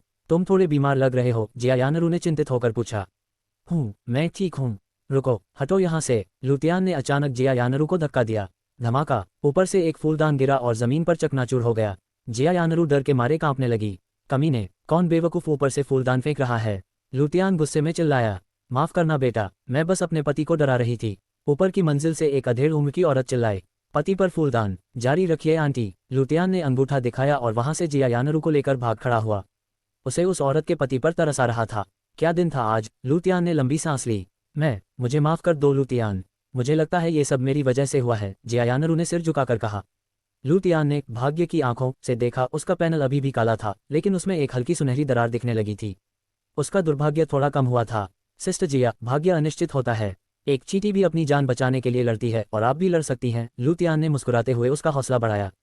उसने अपना हेवनली सीक्रेट टॉवर वाला फर्जी परिचय फिर से इस्तेमाल किया, जिसने उसकी काफ़ी मदद की थी। दोपहर तक जियायानरू जा चुकी थी। तभी लुतियान को वांग मिंग का फ़ोन आया। भाई लू, कहाँ हो? जल्दी पर्पल स्टार अकेडमी आओ, तुम्हारा रजिस्ट्रेशन करवाना है। लुतियान ने टैक्सी ली और अकेडमी पहुंच गया। ये 100 साल पुरानी मशहूर अकेडमी थी। वहां पहुंचकर उसने वांग मिंग के साथ वाइस प्रिंसिपल उप प्रधानाचार्य के ऑफिस में कदम रखा। तो तुम लुतियान हो, हमारे स्कूल में दाखिला लेना चाहते हो? वाइस प्रिंसिपल ने उसके कागजात देखते हुए पूछा। जी सर, लुतियान ने विनम्रता से कहा। उसने एक मनगढ़ंत कहानी सुनाई कि पिता की मौत के कारण उसने पिछले साल पढ़ाई छोड़ दी थी, जिससे वाइस प्रिंसिपल का दिल पिघल गया। तभी एक महिला टीचर कमरे में दाखिल हुई। उन्होंने प्रोफेशनल सूट पहना था जो उनके शरीर के उभारों को पूरी तरह निखार रहा था। उनका चेहरा परिपक्व और ताजगी भरा था। बादाम जैसी आंखें और पतली कमर उन्हें बेहद आकर्षक बना रही थी। वाइस प्रिंसिपल, आप चेन ये के साथ ऐसा नहीं कर सकते। उन्होंने विरोध किया। टीचर लिन, मुझे पता है कि चेन ये आपकी क्लास का है, पर उसकी हरकतें बर्दाश्त के बाहर हैं, वाइस प्रिंसिपल ने कड़े स्वर में कहा। लेकिन मैं उसे जानती हूँ, वह ऐसा नहीं कर सकता। यह जरूर कोई साजिश है, टीचर लिन ने वांग मिंग की ओर देखते हुए कहा। लुतियान समझ गया, लिन उपनाम वाली टीचर, यह जरूर चेन ये के हरेम फारीम की उम्मीदवार होगी। उसने वांग मिंग को बाहर जाने का इशारा किया और खुद मोर्चा संभाला। सर, ये लड़का। लुतियान ने चेन ये की फोटो देखकर अचानक हैरानी का नाटक किया। क्या आप इसे जानते हैं लुतियान? वाइस प्रिंसिपल ने पूछा। सर, ये वही है जिसने आज बाजार में भारी तमाशा किया था। एक मरते हुए बुजुर्ग पर नकली सुई तकनीक आजमा रहा था, लुतियान ने सफाई से कहा। टीचर लिन ने उसे शक से देखा। छात्र लू, बिना सबूत के कुछ न कहें। लुतियान ने तुरंत अपना फोन निकाला और इंटरनेट पर वायरल हो रही उस खबर को दिखाया। हालांकि फोटो धुंधली थी, पर चेन ये की कदकाठी उससे मेल खा रही थी। डिंग, टीचर लिन के मन में चेन ये की छवि धूमिल हुई। चेन ये के डेस्टिनी पॉइंट -10, मेजबान को जोड़ 1 डेस्टिनी पॉइंट और 200 फॉर्चून पॉइंट मिले। टीचर लिन, आपने देखा, फिर भी आप चाहती हैं कि मैं उसे न निकालूं? वाइस प्रिंसिपल ने कहा। टीचर लिन ने हार नहीं मानी। सर, वह पढ़ाई में अव्वल आ रहा है। 2 महीने बाद यूनिवर्सिटी के एग्जाम्स हैं, उसका भविष्य बर्बाद हो जाएगा। वाइस प्रिंसिपल ने अंत में कहा कि वह प्रिंसिपल से बात करेंगे। टीचर लिन बाहर निकली तो लुतियान भी उनके पीछे गया। टीचर लिन, क्षमा करें अगर मैंने कुछ गलत कहा हो। आप मैथ गणित विभाग से हैं? लुतियान ने उनके हाथ में फाइलें देखकर पूछा। हाँ, लगता है तुम्हें मैथ पसंद नहीं है। टीचर लिन ने फीकी मुस्कान के साथ पूछा। नहीं, इसके विपरीत, मुझे मैथ और फिजिक्स बहुत पसंद हैं। मेरा मार्शल आर्ट पोटेंशियल कम है, इसलिए मैं पढ़ाई पर ध्यान दे रहा हूँ, लुतियान ने चतुराई से कहा। वाकई, अगर तुम मैथ में अच्छे हो तो मेरे केबिन में आओ, टीचर लिन ने उसे चुनौती देते हुए कहा। अध्याय 11, एक और नायक। लुतियान मुस्कुराते हुए टीचर लिन के केबिन में दाखिल हुआ। मैं अभी अर्थशास्त्र और गणित के इस प्रोजेक्ट पर काम कर रही हूँ। यहाँ कुछ समीकरण हैं, क्या तुम इन्हें समझ सकते हो? टीचर लिन ने कुछ कागजात दिखाते हुए पूछा। लुतियान मन ही मन हंसा। उसे मिले मैकेनिकल गॉड की यादों का अंश एक अत्यधिक उन्नत दुनिया के महानतम दिमाग का था। लुतियान के लिए ये गणितीय समीकरण बच्चों के खेल जैसे थे। ये समीकरण यहाँ थोड़ा गलत है, अगर हम इसे इस तरह हल करें। लुतियान ने पेन उठाया और लिखना शुरू किया। इस तरह से आपको कम मेहनत में 2 गुना परिणाम मिलेगा। साथ ही यहाँ इतने जटिल समीकरण की जरूरत नहीं है, अगर आप इन संख्याओं को बदल दें। लुतियान समझाता गया और टीचर लिन के चेहरे के भाव बदलते गए। वह अचानक एक नोटबुक निकालकर लुतियान की बातों को नोट करने लगी। अद्भुत, तो इसीलिए यह प्रोजेक्ट बार बार फेल हो रहा था, वह बुदबुदाई। छात्र लू, तुम्हारी गणित की समझ वाकई बहुत गहरी है। डिंग, टीचर लिन की आपके प्रति अनुकूलता बढ़ी। मेजबान को 100 फॉर्चून पॉइंट मिले। टीचर लिन की मदद करना मेरा सौभाग्य है, लुतियान ने शिष्टता से झुककर कहा। उसने चुपके से वांग मिंग को कुछ मैसेज भेजे। शाम होने को थी। लुतियान ने हॉस्टल की ओर बढ़ते हुए अपना सिस्टम चेक किया। गॉड स्पेस को लेवल अप करने के लिए 1000 फॉर्चून पॉइंट्स खर्च करें। डिंग, मेजबान ने 1000 फॉर्चून पॉइंट्स का उपयोग किया। अपग्रेड के लिए 3 घंटे आवश्यक। अचानक लुतियान की नज़र एक छात्र पर पड़ी जिसे एक अन्य टीचर डांट रहे थे। यानसियो, तुम्हारी हरकतों ने मुझे बहुत निराश किया है। सज़ा के तौर पर तुम्हें पुरानी लाइब्रेरी और उसके बेसमेंट तहखाने की सफाई करनी होगी। लेकिन टीचर शी, वह जगह डरावनी है। सुना है 3 साल पहले वहाँ किसी की मौत हुई थी। छात्र यान शाओ ने विरोध किया। तो चोरी करते वक्त डर नहीं लगा? या तो 3000 युआन जुर्माना भरो या लाइब्रेरी साफ करो। टीचर शी चिल्लाए। लुतियान के दिमाग में बिजली कौंधी। टीचर का दुर्व्यवहार, एक होनहार छात्र का अचानक फिसड्डी बन जाना और एक डरावनी पुरानी लाइब्रेरी। रुको, ये तो हेवनली स्क्रॉल वाली घिसी पिटी कहानी लग रही है। सिस्टम, इसकी स्टेटस विंडो दिखाओ। स्टेटस विंडो दिखाने के लिए 300 पॉइंट्स खर्च करें। धिक्कार है, मेरे आखिरी पॉइंट्स भी जा रहे हैं। लुतियान ने हाँ किया। नाम तांगयान टैंगयान। शक्ति 70। Destiny point 400। सील बंद। विशेष शक्ति हेवनली दाओइस्ट ब्लडलाइन सील। पकड़ा गया। पुरानी लाइब्रेरी में कोई गुप्त खजाना या आत्मा है। शायद कोई बुरी आत्मा तांगयान के शरीर पर कब्जा करने की कोशिश करेगी और उसी वक्त उसकी दिव्य शक्तियां जाग जाएंगी। यह एक और नायक प्रोटैगनिस्ट है। लुतियान ने तुरंत भांप लिया। तभी पीछे से टीचर लिन आई। छात्र लू, चलें। जी टीचर, बस 1 मिनट। लुतियान तांगयान की ओर बढ़ा। तांगयान गुस्से में बड़बड़ा रहा था। शिकुन कमीना और वह किंग फेई जिसने मुझे फंसाया, एक दिन मैं बदला जरूर लूंगा। भाई, क्या हम बात कर सकते हैं? लुतियान ने दोस्ताना आवाज में कहा। मैंने तुम्हारी बातें सुनी, मुझे लगता है तुम निर्दोष हो। ये लो 3000 युआन, जुर्माना भर दो और लाइब्रेरी जाने की जरूरत नहीं है। तांगयान हक्का बक्का रह गया। तुम मुझे पैसे क्यों दे रहे हो? बस एक जरूरतमंद की मदद कर रहा हूँ। लुतियान मुस्कुराया। तांगयान खुश होकर पैसे लेकर चला गया। डिंग, आपने तांगयान की नियति बदल दी। आपको कुल 500 फॉर्चून पॉइंट्स मिले। लुतियान ने सोचा, मुझे डेस्टिनी पॉइंट नहीं मिले, इसका मतलब मैंने केवल तांगयान के अवसर को कुछ समय के लिए टाल दिया है। वह किसी और दिन लाइब्रेरी जाएगा। मुझे उससे पहले वहां पहुंचकर वह चीज हासिल करनी होगी। सूरज ढल रहा था। लुतियान टीचर लिन के साथ पैदल चल रहा था। टीचर लिन, क्या आपके पास कार नहीं है? लुतियान ने मजाक में पूछा। नहीं, कुछ पारिवारिक समस्याएं हैं, मेरी अधिकांश सैलरी वहीं चली जाती है, उन्होंने संक्षेप में कहा। टीचर लिन, क्या आप जानती हैं कि मैं आपके साथ क्यों आया हूँ? मैं एक फॉर्चून टेलर ज्योतिषी हूँ, लुतियान ने रहस्यमयी ढंग से कहा। टीचर लिन हंसने लगी। क्या तुम्हें लगता है मैं 3 साल की बच्ची हूँ? तभी लुतियान ने अपनी भाग्य की आंखें सक्रिय की। सामने से पीली और लाल रोशनी का एक झुंड उनकी ओर आ रहा था। यहाँ आइए। लुतियान ने टीचर लिन का हाथ पकड़ा और उन्हें एक गली में खींच लिया। छात्र लू, यह क्या बदतमीजी है? वह थोड़ा नाराज हुई। चुपचाप यहाँ छिपकर देखिए क्या होता है, लुतियान ने फुसफुसाते हुए कहा। कुछ ही देर में 2 गुंडे वहां से गुजरे। उन्होंने सड़क पर जा रहे एक साधारण क्लर्क को रोका, उसे डराया और उससे 300 युआन लूट लिए। टीचर लिन ये देखकर दंग रह गईं। डर और हैरानी में वह अनजाने में लुतियान के शरीर के करीब आ गईं। लुतियान उनके परिपक्व शरीर की खुशबू महसूस कर सकता था। अब हम जा सकते हैं, लुतियान ने हल्का सा खांसा। तो तुम्हें कैसे पता चला कि वे गुंडे आ रहे थे? टीचर लिन अभी भी सदमे में थी। कहा था ना, मैं भाग्य देख सकता हूँ। अगर मैं साथ न होता तो शायद वे आपको परेशान करते, लुतियान ने मुस्कुराते हुए कहा। मन ही मन लुतियान हंस रहा था। सुंदर टीचर और सड़क छाप गुंडे, ये तो चेन ये की फेस स्लैपिंग वाली पटकथा थी। पर मैंने पूरी कहानी ही बदल दी और खुद नायक बन गया। डिंग, मेजबान ने कहानी का मोड़ बदल दिया। आपको 10 डेस्टिनी पॉइंट और 100 फॉर्चून पॉइंट मिले। टीचर लिन उसे जाते हुए देखती रहीं। लुतियान, उन्होंने उसका नाम बुदबुदाया। टीचर लिन अपने घर की ओर बढ़ रही थी कि उन्होंने देखा चेन ये उनके घर के बाहर खड़ा है। टीचर लिन, मैं बस आपको कॉल करने ही वाला था। आपने कहा था ना कि ऑफिस में फाइलों का काफ़ी काम बचा है। मैं आपकी मदद करने आया हूँ। चेन ये मुस्कुराया। अब मुझे तुम्हारी मदद की ज़रूरत नहीं है, ऑफिस में किसी और ने पहले ही मेरी मदद कर दी है, टीचर लिन ने अपना सिर झटकते हुए कहा। ओह, मैं समझ गया, तो क्या मैं आपके घर की सफाई कर दूँ? मुझे पढ़ाई को लेकर कुछ शंकाएं भी थीं, चेन ये ने हड़बड़ाहट में कहा।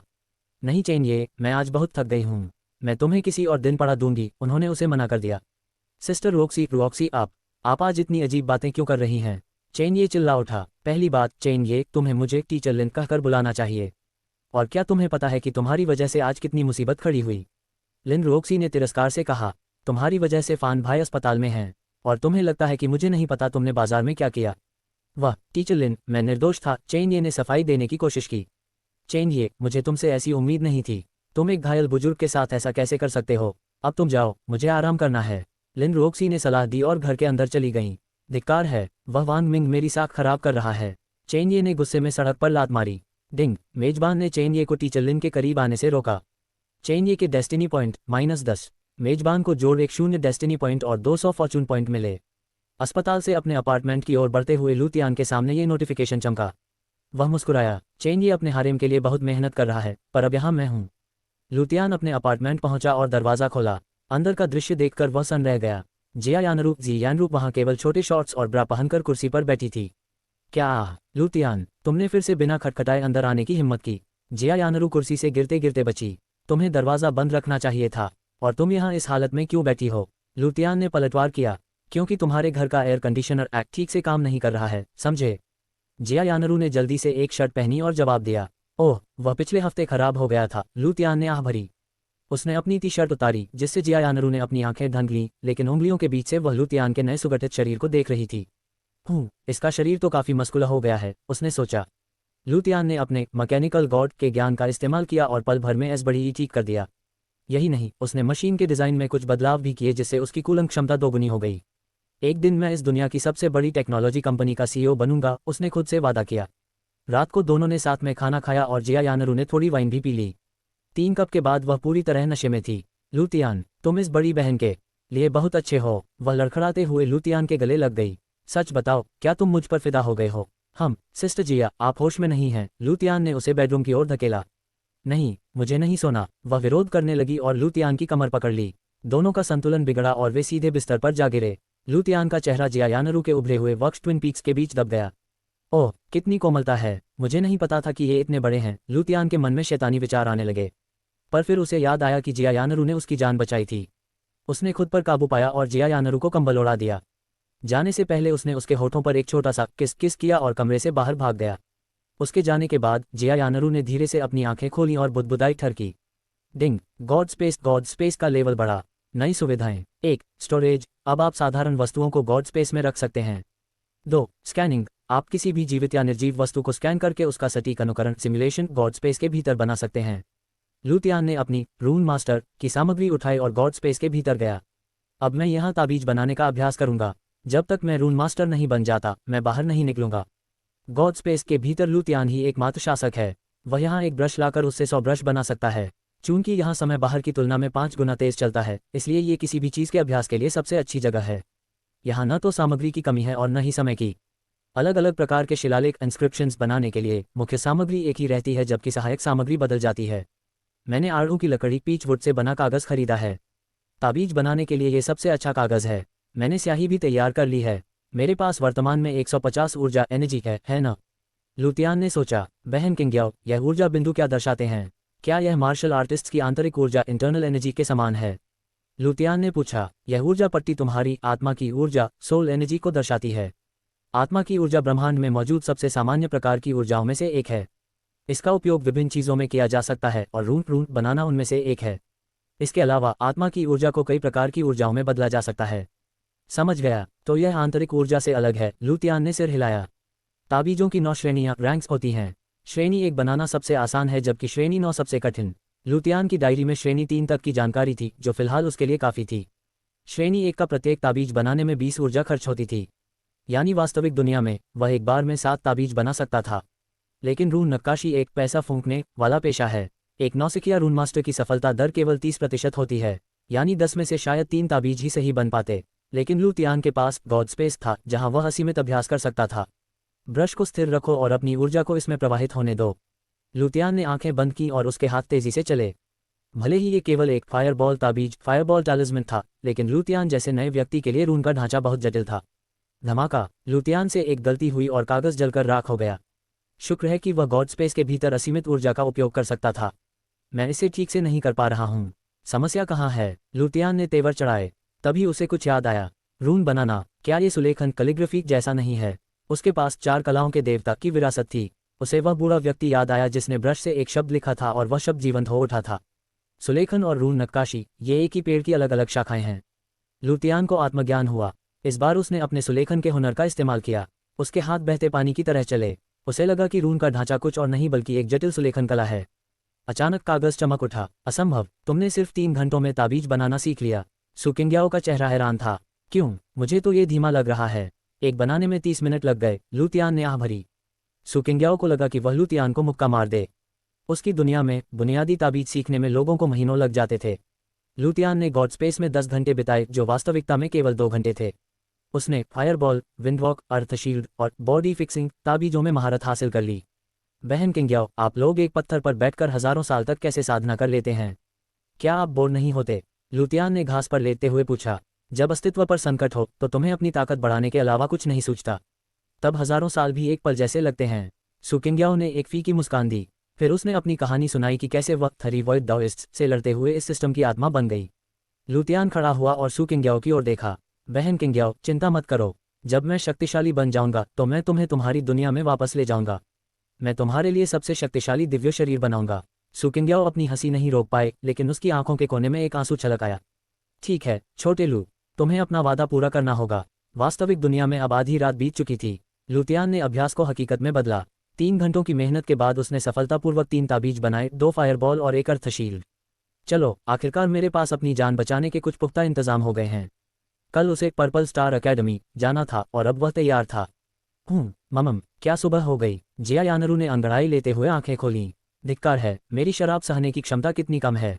अच्छा हुआ कि मैं घर पर थी, वह बड़बड़ाए। उसे धुंधला सा याद आया कि कल रात लुतियान ने क्या किया था। वह थरकी लड़का, उसकी हिम्मत कैसे हुई? जिया यानरू का चेहरा शर्म और गुस्से से लाल हो गया। गनीमत है कि वह इतना भी नीच नहीं था कि कुछ गलत कर देता, वरना मैं उसके अंडे फोड़ देती। तभी उसे रसोई से बहुत अच्छी महक आए। वह वहां पहुंची तो देखा कि लुतियान नाश्ता तैयार कर रहा है, भुर्जी और टोस्ट। लुतियान, तुम इतनी जल्दी में क्यों हो? लगता है हमारी राजकुमारी सोकर उठ गई हैं। लुतियान मुस्कुराया। क्या आप भूल गईं कि आज मेरा पर्पल स्टार एकेडमी में पहला दिन है? मैं वहां कुछ भी गड़बड़ नहीं करना चाहता, इसलिए जल्दी जाना होगा। वाह, खाने की महक तो लाजवाब है। मुझे नहीं पता था कि तुम खाना बनाना भी जानते हो, जिया यानरू ने कुर्सी खींचते हुए कहा। जब आप अकेले रहते हैं तो जीवन जीने के हुनर खुद ब खुद आ जाते हैं। खैर, मैं जा रहा हूँ। दरवाज़ा बंद रखना और अगर सब ठीक रहा तो मैं आज रात हॉस्टल शिफ्ट हो जाऊंगा, लुतियान ने जाते हुए कहा। अकेडमी की ओर पैदल चलते हुए लुतियान ने अपनी भाग्य की आंखें सक्रिय रखीं। अवसर कहीं भी मिल सकता है, उसने सोचा। तभी उसे एक दिशा से गुलाबी रोशनी पिंक लाइट का विस्फोट होता हुआ दिखाई दिया। उसने देखा कि एक सुंदर लड़की अकेडमी की यूनिफॉर्म में सामने से आ रही है। गुलाबी, ये रंग क्या दर्शाता है? लुतियान ने 100 फॉर्चून पॉइंट्स खर्च कर उसकी स्टेटस विंडो खोली। नाम ली यलिंग। शक्ति 100, डेस्टिनी 200, कौशल पढ़ाई मुसीबतें आकर्षित करना, बेकिंग लेवल 1। ली यूलिंग, चेन ये और वांग मिंग की क्रश। वाकई सुंदर है, लुतियान ने सिर हिलाया। मुसीबतों को आकर्षित करना, ये तो हर नायिका हीरोइन का अनिवार्य गुण है। उसने सोचा, ये चेन ये के जीवन के सबसे महत्वपूर्ण लोगों में से एक है। क्या होगा अगर मैं इसे चेन ये का दुश्मन बना दूं? मैं तो बस उसे एक बेहतर विकल्प खुद दे रहा हूं। उसने गौर किया कि ली यूलिंग की ताकत भी उससे ज्यादा थी। धिक्कार है इस विश्व के कानून पर, उसने मन ही मन कोसा। लुतियान उसके करीब गया। नमस्ते, क्या आप पर्पल स्टार एकेडमी की छात्रा हैं? मैं यहाँ नया छात्र हूँ, क्या आप मुझे क्लास 1 का रास्ता बता सकती हैं? क्लास 1? क्या तुम्हारा दाखिला वहीं हुआ है? ली यूलिंग ने हैरानी से पूछा। मैं भी वहीं पढ़ती हूँ, मेरे साथ आओ। रास्ते में लुतियान ने बातों बातों में जाल बिछाया। सुना है कल वाइस प्रिंसिपल किसी चेन ये नाम के छात्र को निकालने की बात कर रहे थे। ली यूलिंग घबरा गई। क्या चेन ये, क्या ये सच है? हाँ, पर उसे निकाला नहीं गया, बस कड़ी सजा मिलेगी। पर क्या आपने बाजार वाली खबर सुनी? कल एक लड़का किसी मरते हुए बुजुर्ग पर नकली सुइयां आजमा कर अपनी शेखी बघार रहा था और उस बुजुर्ग की जान जोखिम में डाल दी। लुतियान ने पूरे उत्साह के साथ नमक मिर्च लगाकर किस्सा सुनाया। ली यूलिंग चकित रह गई। चेन ये ऐसा कैसे कर सकता है? डिंग, ली यूलिंग के मन में चेन ये की छवि गिरी। मेजबान को जोड़ 200 फॉर्चून पॉइंट और जोड़ 1 शून्य डेस्टिनी पॉइंट मिले। चेन ये -10 डेस्टिनी पॉइंट। क्लास में पहुंचते ही लुतियान चर्चा का विषय बन गया। लड़कियां उसके नए आकर्षक रूप की दीवानी हो रही थीं। टीचर लिन ने क्लास शुरू की और गणित मैथमेटिक्स का लेक्चर दिया। लेक्चर के अंत में उन्होंने कल एक सरप्राइज टेस्ट की घोषणा की, जिससे पूरी क्लास में मातम छा गया। क्लासमेट लू, क्या तुम्हें टेस्ट की चिंता नहीं है? ली यूलिंग ने पूछा। नहीं, अगर आपको कुछ समझ ना आया हो तो मैं मदद कर सकता हूँ, लुतियान ने मुस्कुराते हुए कहा और पल भर में गणित के सबसे कठिन सवालों को हल करने की ऐसी ट्रिक्स बताई कि ली यूलिंग उसकी कायल हो गई।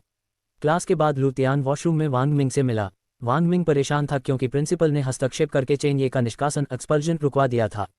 चिंता मत करो भाई वांग, प्रिंसिपल डू एक पूर्व पुलिस अधिकारी और मार्शल आर्टिस्ट हैं, शायद उन्हें चेन ये में कुछ खास दिखा हो, लुतियान ने शांति से कहा। भाई वांग, पता करो कि क्या प्रिंसिपल डू को कोई पुरानी चोट हिडन इंजरी है। हम चेन ये को स्कूल से नहीं निकाल सकते, पर उसकी मुश्किलें तो बढ़ा ही सकते हैं। लुतियान ने वांग मिंग के कान में अपनी योजना बताई। वांग मिंग की आंखें चमक उठीं। हा, भाई लू, तुम तो सच में एक राक्षसी प्रतिभा डेमोनिक जीनियस हो, उसने अंगूठा दिखाते हुए कहा। लुतियान ने अपनी क्लास खत्म की। आखिरी सेशन में टीचर लिन ने एक घोषणा की, जिससे पूरी क्लास में सुगबुगाहट होने लगी। जैसा कि आप जानते हैं, अकेडमी बोर्ड ने चेन ये को न निकालने का फैसला किया है, लेकिन उसे 5 दिनों के भीतर फान भाइयों के इलाज के लिए 100,000 युआन का इंतजाम करना होगा, वरना उसे निकाल दिया जाएगा। टीचर लिन की आवाज़ में असंतोष साफ झलक रहा था। पूरी क्लास कानाफूसी करने लगी। 100,000 युआन। चेन ये का परिवार तो गरीब है, वह इतने पैसे कहाँ से लाएगा? लुतियान मन ही मन मुस्कुराया। उसे चेन ये की क्षमताओं पर कोई शक नहीं था। गरीब पृष्ठभूमि, कोई पैसा नहीं, इससे कोई फर्क नहीं पड़ता। वही न्यान्द आंखों का मालिक है। अब वह या तो किसी कसीनो जाएगा या प्रसिद्ध जुए के खेल जेड कटिंग में किस्मत आजमाएगा। लुतियान ने वांग मिंग को पहले ही सतर्क कर दिया था। जैसे ही चेन ये इनमें से कोई रास्ता चुनेगा वह लूतियान के जाल में फंस जाएगा।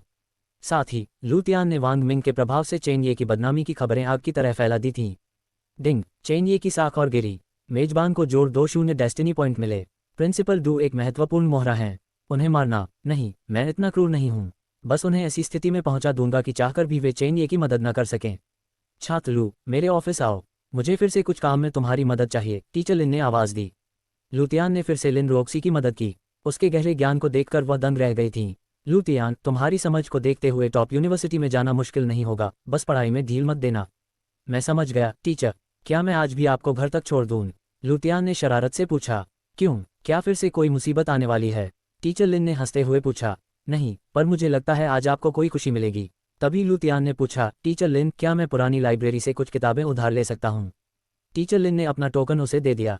लूतियान पुरानी लाइब्रेरी में दाखिल हुआ। उसने अपनी भाग्य की आंखें सक्रिय की। चारों ओर हरी और नीली रोशनियां थीं। वह चुपके से बेसमेंट तहखाने की ओर बढ़ा। बेसमेंट असामान्य रूप से अंधेरा और डरावना था। जैसे ही उसने भाग्य की आंखें वहां घुमाईं, उसका शरीर कांप उठा। पूरा कमरा लाल रोशनी से भरा था, मानो दीवारों से ताज़ा खून टपक रहा हो। और बीच में एक गहरा काला धब्बा था जिसे देखकर रूह कांप जाए। धिक्कार है, ये कमरा एक मौत का जाल है। लू तियान ने अपना फायरबॉल ताबीज निकाला। कमरे के अंत में उसे एक सुनहरी चमक गोल्डन ऑप दिखाई दी। ये किसी नायक के गोल्डन फिंगर जैसा खजाना था, पर खतरा भी उतना ही बड़ा था। छोटे लू, मुझे यहाँ एक दुष्ट आत्मा का एहसास हो रहा है। जब तक कोई पक्का प्लान ना हो, इससे दूर रहो, सू किंग्याओ ने चेतावनी दी। लूतियान पसीने से तरबतर होकर वापस ऊपर आ गया। उसे कुछ और शक्तिशाली ताबीज बनाने की जरूरत थी। डिंग, मेजबान ने 100 डेस्टिनी पॉइंट जमा किए। 1500 फॉर्चून पॉइंट्स खर्च कर नई सुविधा क्लास अनलॉक करें। लूतियान ने हाँ किया। अब वह अपनी स्टेटस विंडो में विभिन्न व्यवसायों की प्रगति देख सकता था, जैसे कुक लेवल 2, रून मास्टर लेवल 1 और पेंटिंग संगीत के संत मैक्स लेवल। शाम को वह टीचर लिन को घर छोड़ने गया। टीचर लिन, क्या लाइब्रेरी के बेसमेंट वाली बात सच है? मुझे यकीन तो नहीं, पर सुना है वह जगह भूतिया है। वह कभी एक मंदिर था जिसे तोड़कर बिल्डिंग बनाई गई। तब से वहां हर 3-4 साल में रहस्यमयी मौतें होती हैं, टीचर लिन ने सहते हुए कहा। जब वे उनके घर पहुंचे, टीचर लिन ने उसे पानी के लिए अंदर बुलाया। घर का कमरा थोड़ा बिखरा हुआ था। सोफे पर टीचर लिन के अंतर्वस्त्र अंडरगार्मेंट्स रखे थे। टीचर लिन शर्म से लाल हो गई और जल्दी से कपड़े समेटने लगी। माफ करना, मैं थोड़ी अस्त व्यस्त रहती हूँ। कोई बात नहीं, काला रंग वैसे भी अच्छा है, लूतियान ने मजाक में कहा। टीचर लिन और भी ज्यादा शर्मा गईं। थोड़ी देर बाद वह काले पायजामे में बाहर आईं। ढीले कपड़ों में भी उनका शरीर बेहद आकर्षक लग रहा था। टीचर लिन, आप साधारण कपड़ों में भी कमाल की दिखती हैं, लूतियान ने अंगूठा दिखाया। तुम बहुत चिकनी चुपड़ी बातें करते हो, टीचर लिन ने मुस्कुराते हुए पानी दिया। वह बहुत थकी हुई लग रही थी। टीचर लिन, अगर आप बुरा ना माने तो क्या मैं आपके कंधों की मालिश मसाज कर दूं? मैंने एक प्राचीन किताब से एक विशेष तकनीक सीखी है, लूतियान ने हिचकिचाते हुए कहा। टीचर लिन पहले तो चौंकी, फिर थोड़ा सोचकर अपना सिर हिलाया। ठीक है, अगर छात्र लू के पास समय है तो तुम मालिश कर सकते हो। 8 पॉइंट स्पिरिट नीडल कला के कारण लूतियान को मानव शरीर के सभी एक्यूपंक्चर बिंदुओं का गहरा ज्ञान हो गया था।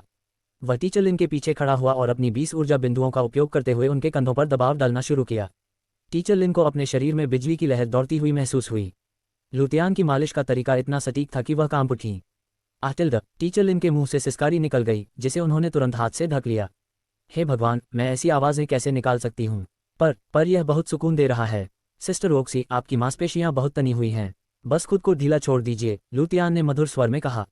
उसके हाथ न तो बहुत सख्त थे और न ही बहुत नर्म। वह बिल्कुल सही दबाव डाल रहा था, जिससे लिन रोक्सी आनंद में डूबती जा रही थी। थोड़ा और नीचे, हाँ वहीं। उन्हें ऐसा लगा जैसे वह किसी सोना में बैठी हों। उनका शरीर पसीने से तरबतर था, लेकिन वह खुद को ऊर्जा से भरपूर महसूस कर रही थी। मालिश खत्म होने के बाद उन्होंने लूतियान की जमकर तारीफ की। आज के लिए इतना ही, जब भी आपको ज़रूरत हो मैं फिर से मालिश करने आ जाऊंगा, लूतियान मुस्कुराया। क्या तुम कल आ सकते हो? लिन रोक्सी के मुंह से अचानक निकल गया और अगले ही पल उनका चेहरा शर्म से लाल हो गया। कल नहीं, मैं 2 दिन बाद आऊंगा। क्या तब तक सिस्टर रोक्सी इंतजार कर सकेंगी? लूतियान ने शरारत से पूछा। उन्होंने अब एक दूसरे को नाम से बुलाना शुरू कर दिया था। जब लूतियान जाने लगा तो लिन रोक्सी उसे दरवाजे तक छोड़ने आईं। तभी लूतियान ने अपनी भाग्य की आंखें सक्रिय की। उसने देखा कि 100 मीटर दूर से एक सुनहरी किरण गोल्डन रे उनकी ओर देख रही है। चेन ये, तो तुम वहां छिपे हमें देख रहे हो? तो फिर अंत तक देखो। लूतियान अचानक मुड़ा और अपनी आंखें मींजने लगा। मेरी आंखें, लिन रोक्सी घबरा कर पास आईं। क्या हुआ लूतियान? सिस्टर लिन, मेरी आंख में कुछ चला गया है, क्या आप इसे फूंक मारकर निकाल सकती हैं? लिन रोक्सी उनके चेहरे के एकदम करीब आई और उनकी आंखों में फूंक मारने लगी। दूर से देखने पर ऐसा लग रहा था मानो वे दोनों एक दूसरे को चूम रहे हों। चेन ये गली के कोने में खड़ा ये सब देख रहा था। उसका मूड पहले से ही खराब था क्योंकि उसे फान भाइयों के इलाज के लिए 100,000 युआन का इंतजाम करना था। वह लिन रोक्सी का गुस्सा शांत करने के लिए मिठाई लेकर आया था, पर यहाँ का दृश्य देखकर उसके पैरों तले जमीन खिसक गई। पहले उसने लिन रोक्सी की आहें भरने की आवाज़ें सुनी और अब उसने उन्हें लुतियान को चूमते हुए, जो असल में फूंक मारना था, देखा। लिन रोक्सी, मैंने कभी नहीं सोचा था कि तुम ऐसी औरत निकलोगी। चेनये ने अपने दांत भींचे। उसका अपनी क्रश पर से भरोसा उठ गया था। डिंग, चेनये का लिन रोक्सी पर से विश्वास उठा। नायक के डेस्टिनी पॉइंट -60, मेजबान को जोड़ 60 डेस्टिनी पॉइंट और 600 फॉर्चून पॉइंट मिले। लुतियान सड़क पर चलते हुए मन ही मन चाहक रहा था, हाँ, भाग्य को बहने दो। जैसे ही लुतियान अपने घर के पास पहुंचा, उसकी भाग्य की आंखों ने खतरे का संकेत दिया। पूरा घर लाल रोशनी से नहाया हुआ था। धिक्कार है, यहाँ जानलेवा खतरा क्यों है? उसने जिया यानरू को फोन किया और उसे घर के अंदर ही रहने को कहा। शाम होते ही उसने देखा कि एक काली कार रुकी और उसमें से 3 नकाबपोश आदमी बाहर निकले। लुतियान ने स्टेटस विंडो खोली। नाम लियाओ यांग। शक्ति 300 मध्य चरण मार्शल प्रशिक्षु। मनोदशा किसी की हत्या करने के लिए तैयार। लुतियान की सांसें तेज हो गईं। हत्यारे, ये किसने भेजे? चेनये तो ऐसा नहीं करेगा। तो फिर कौन? लियाओयान की शक्ति 300 थी, यानी वह लुतियान से 6 गुना ज्यादा ताकतवर था। लुतियान ने छिपकर हमला करने का फैसला किया। उसने अपने दोनों हाथों में एक फायरबॉल ताबीज, फायरबॉल टालिस्मन छिपा लिया। जैसे ही लियाओयांग अकेला हुआ, लुतियान उसके पास से गुजरा। अरे भाई, आपकी शर्ट पर वह क्या लगा है? लियाओयांग ने अनजाने में अपनी शर्ट की ओर देखा। तभी लुतियान ने तेजी से दोनों ताबीज उसकी छाती पर चिपका दिए। धमाका, लियाओयांग का पूरा शरीर आग की लपटों में घिर गया। आह, बचाओ बचाओ! उसकी चीखें गली में गूंज उठीं। लुतियान ने शोर मचाकर पड़ोसियों को इकट्ठा कर लिया। जब तक अन्य 2 साथी वहां पहुंचे, लियाओयांग का कोयला बन चुका शरीर जमीन पर गिर चुका था। खतरा टल चुका था और लाल रोशनी गायब हो गई थी। लुतियान चुपके से अपने घर में घुस गया। डिंग, मेजबान ने शिया यानरू की नियति बदल दी। जोड़ 50 डेस्टिनी पॉइंट और 500 फॉर्चून पॉइंट मिले। रुको, शिया यानरू, क्या जिया यानरू का असली नाम शिया है? क्या वह शिया परिवार से है? लुतियान की आंखें हैरानी से फैल गईं। लुतियान ने इससे पहले कभी फायरबॉल ताबीज की असली ताकत नहीं देखी थी। लियाओयांग एक मध्य चरण का मार्शल प्रशिक्षु था, इसलिए वह ताबीज के वार से बच सकता था।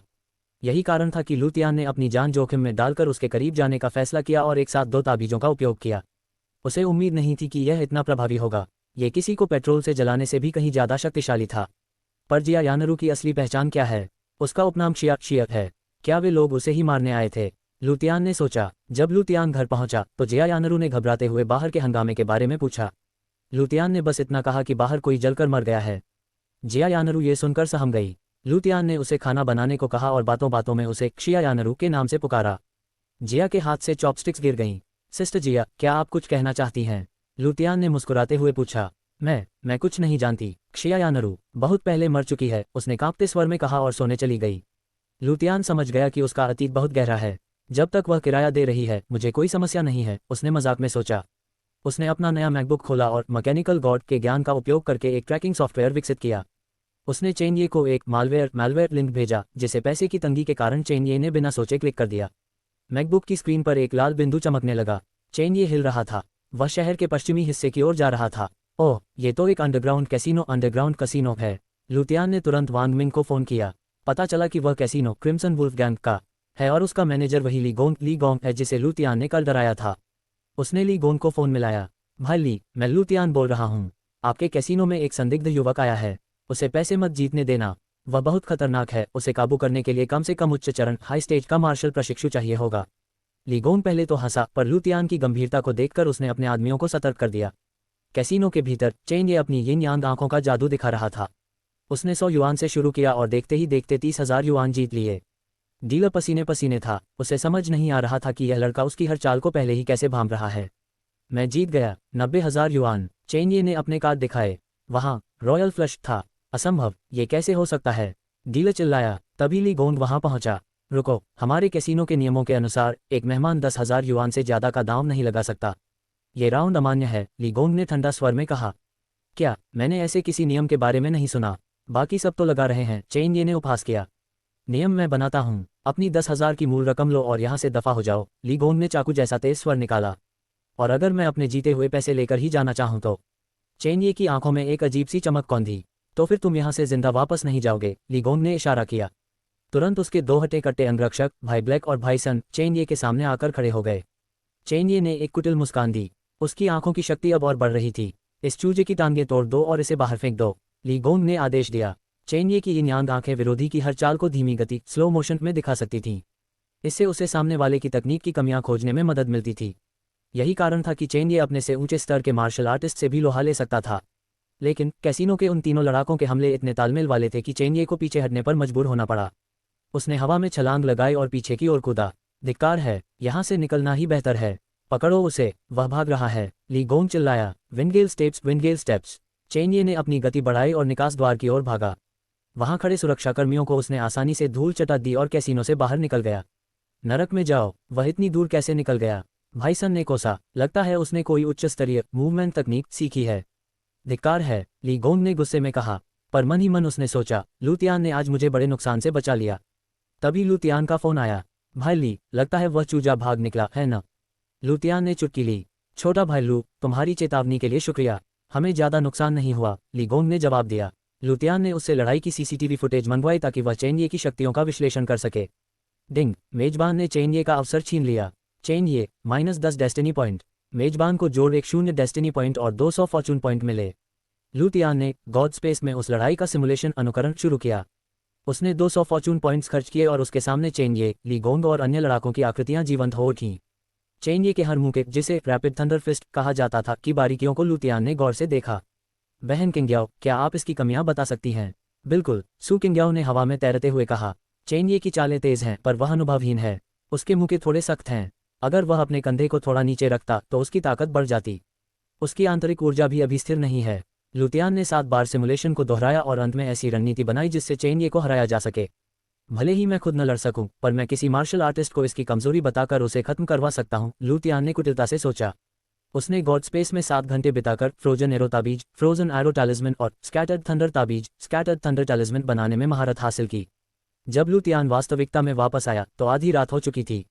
वह सोने के लिए बेडरूम की ओर बढ़ा, पर उसे याद आया कि जिया यानरू वहां सो रही है। धिक्कार है, फिर से सोफे पर सोना पड़ेगा। तभी उसकी नज़र जिया यानरू के लैपटॉप पर पड़ी। देखता हूँ ये कैसा उपन्यास लिख रही है। उसने भाग्य की आंखों का उपयोग करके कीबोर्ड पर चमकते निशानों को देखा और पासवर्ड 1,23,45,678 डालकर लैपटॉप खोल दिया। उपन्यास का शीर्षक था बॉसी सीईओ और शर्मिला प्रोफेसर। 50 अध्याय पढ़ने के बाद लूतियान को नींद आने लगी। कहानी बेहद फीकी थी। अचानक कमरे की लाइट जली और जिया यानरू बाहर आए। तुम मेरे लैपटॉप के साथ क्या कर रहे हो? उसने आंखें मलते हुए पूछा। मैं तुम्हारा उपन्यास पढ़कर सोने की कोशिश कर रहा था, लूतियान ने मासूमियत से कहा। क्या तुम्हारी हिम्मत कैसे हुई? जिया यानरू ने झपट कर अपना लैपटॉप ले लिया। उसका चेहरा शर्म से लाल हो गया। कैसा लगा तुम्हें? मतलब तुम्हारी क्या राय है? उसने दबे स्वर में पूछा। सच कहूं तो ये बहुत ब्लैंक फीका है। तुम रोमांस लिख रही हो पर इसमें कोई रोमांच नहीं है, और मुझे लगता है तुम इसमें स्मट अश्लील दृश्य डालने की कोशिश कर रही हो। लूतियान ने हल्का सा खांसा। सस्मट? बिल्कुल नहीं। जिया शर्मा गई। सिस्टर जिया, मेरी बात मानो। स्मट लिखना तुम्हारे बस की बात नहीं है। तुम्हारा दिमाग बहुत मासूम है। तुम जाकर कोई नौकरी क्यों नहीं ढूंढती? लूतियान ने समझाया। असंभव, तुम बस देखते जाओ, मैं इसी उपन्यास से पैसे कमाकर दिखाऊंगी। तुम्हें लगता है मैं स्मट नहीं लिख सकती? मैं आज ही तुम्हें लिख कर दिखाती हूँ। जिया यानरू ने अपनी ठुड्डी तानकर कहा। तुम तो बिल्कुल शाकाहारी हो। लूतियान ने जिया यानरू के उपन्यास की पांडुलिपि को देखते हुए कहा। यहाँ देखो, तुमने एक चुंबन किसिंग का दृश्य लिखा है, लेकिन तुमने उसे समझाने की जहमत तक नहीं उठाई। सिर्फ 2 लाइनें और दृश्य खत्म। तुम्हें इसे विस्तार देना चाहिए था ताकि पाठक उसे महसूस कर सकें। वह चुंबन एक रोमांटिक एहसास की तरह लगना चाहिए था, पर तुमने इसे इतना फीका बना दिया कि पाठक बस इसे छोड़कर आगे बढ़ जाएंगे। जब तुम एक चुंबन का दृश्य नहीं लिख सकती तो पूरा स्मट अध्याय कैसे लिखोई? लूतियान ने डांटते हुए कहा। वह इसलिए क्योंकि मुझे कोई अनुभव नहीं है, जिया यानरू ने धीरे से बुदबुदाया।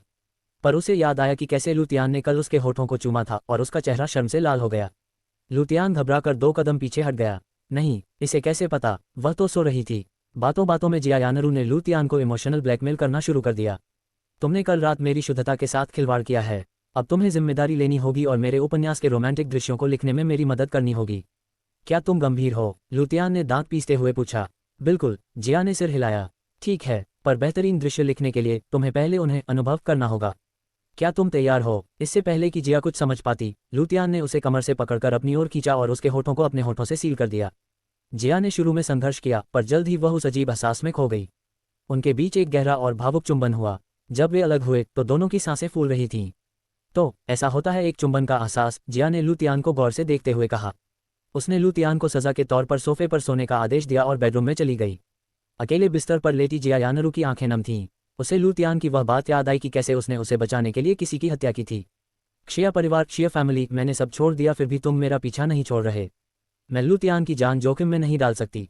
अगली सुबह लुतियान नाश्ता बनाकर जिया को हिदायत देकर अकेडमी की ओर निकल गया। कल मैंने कैसीनो में चेनये का प्लान चौपट किया था, देखता हूँ आज वह क्या करता है। अकेडमी पहुंचते ही लुतियान ने ली यूलिंग से मुलाकात की। तभी हॉल में सभी छात्रों को इकट्ठा होने का आदेश मिला। प्रिंसिपल डू मंच पर आए और उनके चेहरे पर एक मुस्कान थी। छात्रों, मुझे आपको एक खुशखबरी देनी है। हमारे छात्र चेनये ने एक बहुत ही सराहनीय काम किया है। कल उसने पुलिस को एक खतरनाक अपराधी को पकड़ने में मदद की, जिसके लिए उसे 50,000 युआन का इनाम मिला है। पूरी क्लास दंग रह गई। चेनये मंच पर आया और उसने एक और लिफाफा निकाला। प्रिंसिपल सर, कल मेरी एक लॉटरी भी लगी थी जिसमें मुझे 50,000 युआन मिले। मैं ये कुल 1 लाख युआन अकेडमी को दे रहा हूँ ताकि फान भाइयों के इलाज का हर्जाना भरा जा सके। कृपया मुझे मेरी पुरानी गलतियों के लिए माफ़ करें। उसने झुककर माफ़ी मांगी। लुतियान का चेहरा गुस्से और हैरानी से कांप उठा। धिक्कार है इस नायक की किस्मत पर। मैंने उसे कैसीनो से पैसे कमाने से रोका तो उसने किसी अपराधी को पकड़कर और लॉटरी जीतकर पैसे जुटा लिए। किस्मत हर बार उसका रास्ता साफ कर रही है। लुतियान ने ठंडी नज़रों से चेनये को देखा। किस्मत अच्छी है तुम्हारी चेनये, पर खेल तो अभी शुरू हुआ है। ली यूलिंग की आंखें चेनये को देखकर चमक उठीं। लुतियान ने ये देखा पर कुछ नहीं बोला। लिन रोक्सी टीचर लिन ने भी चेनये से बात करने की कोशिश की, पर चेनये ने उन्हें नज़रअंदाज कर दिया। लुतियान मन ही मन मुस्कुराया। उसने चेनये और टीचर लिन के बीच दरार पैदा करने में सफलता पाली थी। हाँ, यूलिंग, क्या तुमने मुझे याद किया? चेनये ने मुस्कुराते हुए ली यूलिंग से पूछा।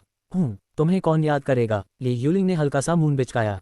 तभी चेनये की नज़र लुतियान पर पड़ी और वह चौंक गया। तुम कौन हो? उसने सख्त लहजे में पूछा। ये लुतियान है, नया ट्रांसफर स्टूडेंट, ली यूलिंग ने परिचय कराया। चेनये की आंखें ठंडी हो गईं। उसने लुतियान को अनदेखा किया और अपनी श्रेष्ठता दिखाने लगा। उसे अपनी इन न्यान आंखों पर पूरा भरोसा था कि वह आज के क्लास टेस्ट में अव्वल आएगा। लुतियान ने दूर खड़े वांग मिंग को देखा जो गुस्से में अपनी मुट्ठी भींच रहा था। यो भाई वांग, लगता है मूड खराब है। उस कमीने की किस्मत बहुत तेज है, वांग मिंग ने आह भरी। चिंता मत करो, सब योजना के अनुसार हो रहा है। बस टेस्ट के दौरान वैसा ही करना जैसा मैंने कहा था। लुतियान ने उसके कान में अपनी अगली चाल बताई। क्लास टेस्ट शुरू हुआ। पर्पल स्टार अकेडमी में नियमों का पालन बहुत कड़ाई से होता था। चेनये पहली रो के कोने वाली सीट पर बैठा था। उसने पिछले कुछ दिनों में कुछ नहीं पढ़ा था। अपनी एक्सरे शक्ति से मैं दूसरों के जवाब देख लूंगा, उसने सोचा। लेकिन लुतियान ने पहले ही जाल बिछा दिया था। परीक्षक एग्जामिनर चेनये पर कड़ी नज़र रखे हुए था। जैसे ही चेनये ने गर्दन घुमाने की कोशिश की, परीक्षक ने उसे टोक दिया। छात्र, अपनी सीट पर सीधे बैठो, परीक्षक की आवाज़ ने चेनये को चौंका दिया। चेनये परेशान हो गया। वह ली यूलिंग की शीट से नकल करना चाहता था, पर हिलना भी मुश्किल था। तभी लुतियान की योजना का अगला हिस्सा शुरू हुआ। एक छात्र ने जल्दी से अपनी उत्तर पुस्तिका जमा की और उसे परीक्षक की मेज पर रख दिया। चेनये ने अपनी आंखों की शक्ति का उपयोग किया और उस छात्र की शीट के जवाबों को सीधे मेज के ऊपर से देख लिया और जल्दी जल्दी अपनी शीट पर उतारने लगा। उसे लगा कि वह छात्र ली यूलिंग के पास बैठा था तो उसके जवाब सही होंगे। पीछे बैठा लुतियान ये सब देख रहा था। चेनये ने उस छात्र के जवाब कॉपी कर लिए। उसे नहीं पता कि वह छात्र वांग मिंग का आदमी था और उसने जानबूझकर गलत जवाब लिखे थे। लुतियान कुटिलता से हंसा। टेस्ट खत्म होने के बाद सब छात्र पेंटिंग क्लास के लिए गए। आज वहां के मशहूर चित्रकार मास्टर लिंग आए थे। पेंटिंग, ये तो मैं भी कर सकता हूँ, चेनये ने आत्मविश्वास के साथ कहा। उसने सोचा कि वह मास्टर लिंग या वांग मिंग की पेंटिंग तकनीक को अपनी आंखों से देखकर उसे कॉपी रेप्लिकेट कर लेगा। वांग मिंग ने चुनौती स्वीकार की और 30,000 युआन की शर्त लगा दी। वांग मिंग ने ली यूलिंग का एक बेहतरीन चित्र बनाया जिसे देखकर सब दंग रह गए। वांग मिंग, मुझे नहीं पता था कि तुम इतने अच्छे कलाकार हो, ली यूलिंग ने तारीफ की। चेनये आगे बढ़ा। उसने वांग मिंग के हाथ की हर हरकत को अपनी yin yang आंखों से याद कर लिया था। वह उसे दोहराने ही वाला था कि लुतियान के सामने सिस्टम पैनल चमक उठा। डिंग, चेनये ने चित्रकला का अपमान किया है। विशेष मिशन स्पेशल क्वेस्ट जारी। मेजबान पेंटिंग संत का पेशा रखता है। अपनी असली कला का प्रदर्शन करें और चेनये की महत्वाकांक्षाओं को कुचल दें। मिशन इनाम, असफलता का दंड, पेंटिंग संत का स्तर वापस 1 पर आ जाएगा। लुतियान खड़ा हुआ और मास्टर लिंग से बोला, मास्टर लिंग, आप इस पीढ़ी के महानतम चित्रकार हैं। आपकी पेंटिंग अंत में होनी चाहिए, उससे पहले हम युवाओं को अपनी प्रतिभा दिखाने का मौका दें। मास्टर लिंग मुस्कुराए और सहमत हो गए। अब लुतियान के सामने अपनी कला दिखाने की चुनौती थी। आपको इस उपन्यास की कहानी कैसी लग रही है? कमेंट में ज़रूर बताइए। आपका हर एक लाइक और सब्सक्राइब मुझे और भी ऐसे ही शानदार उपन्यास लाने के लिए प्रेरित करता है। धन्यवाद।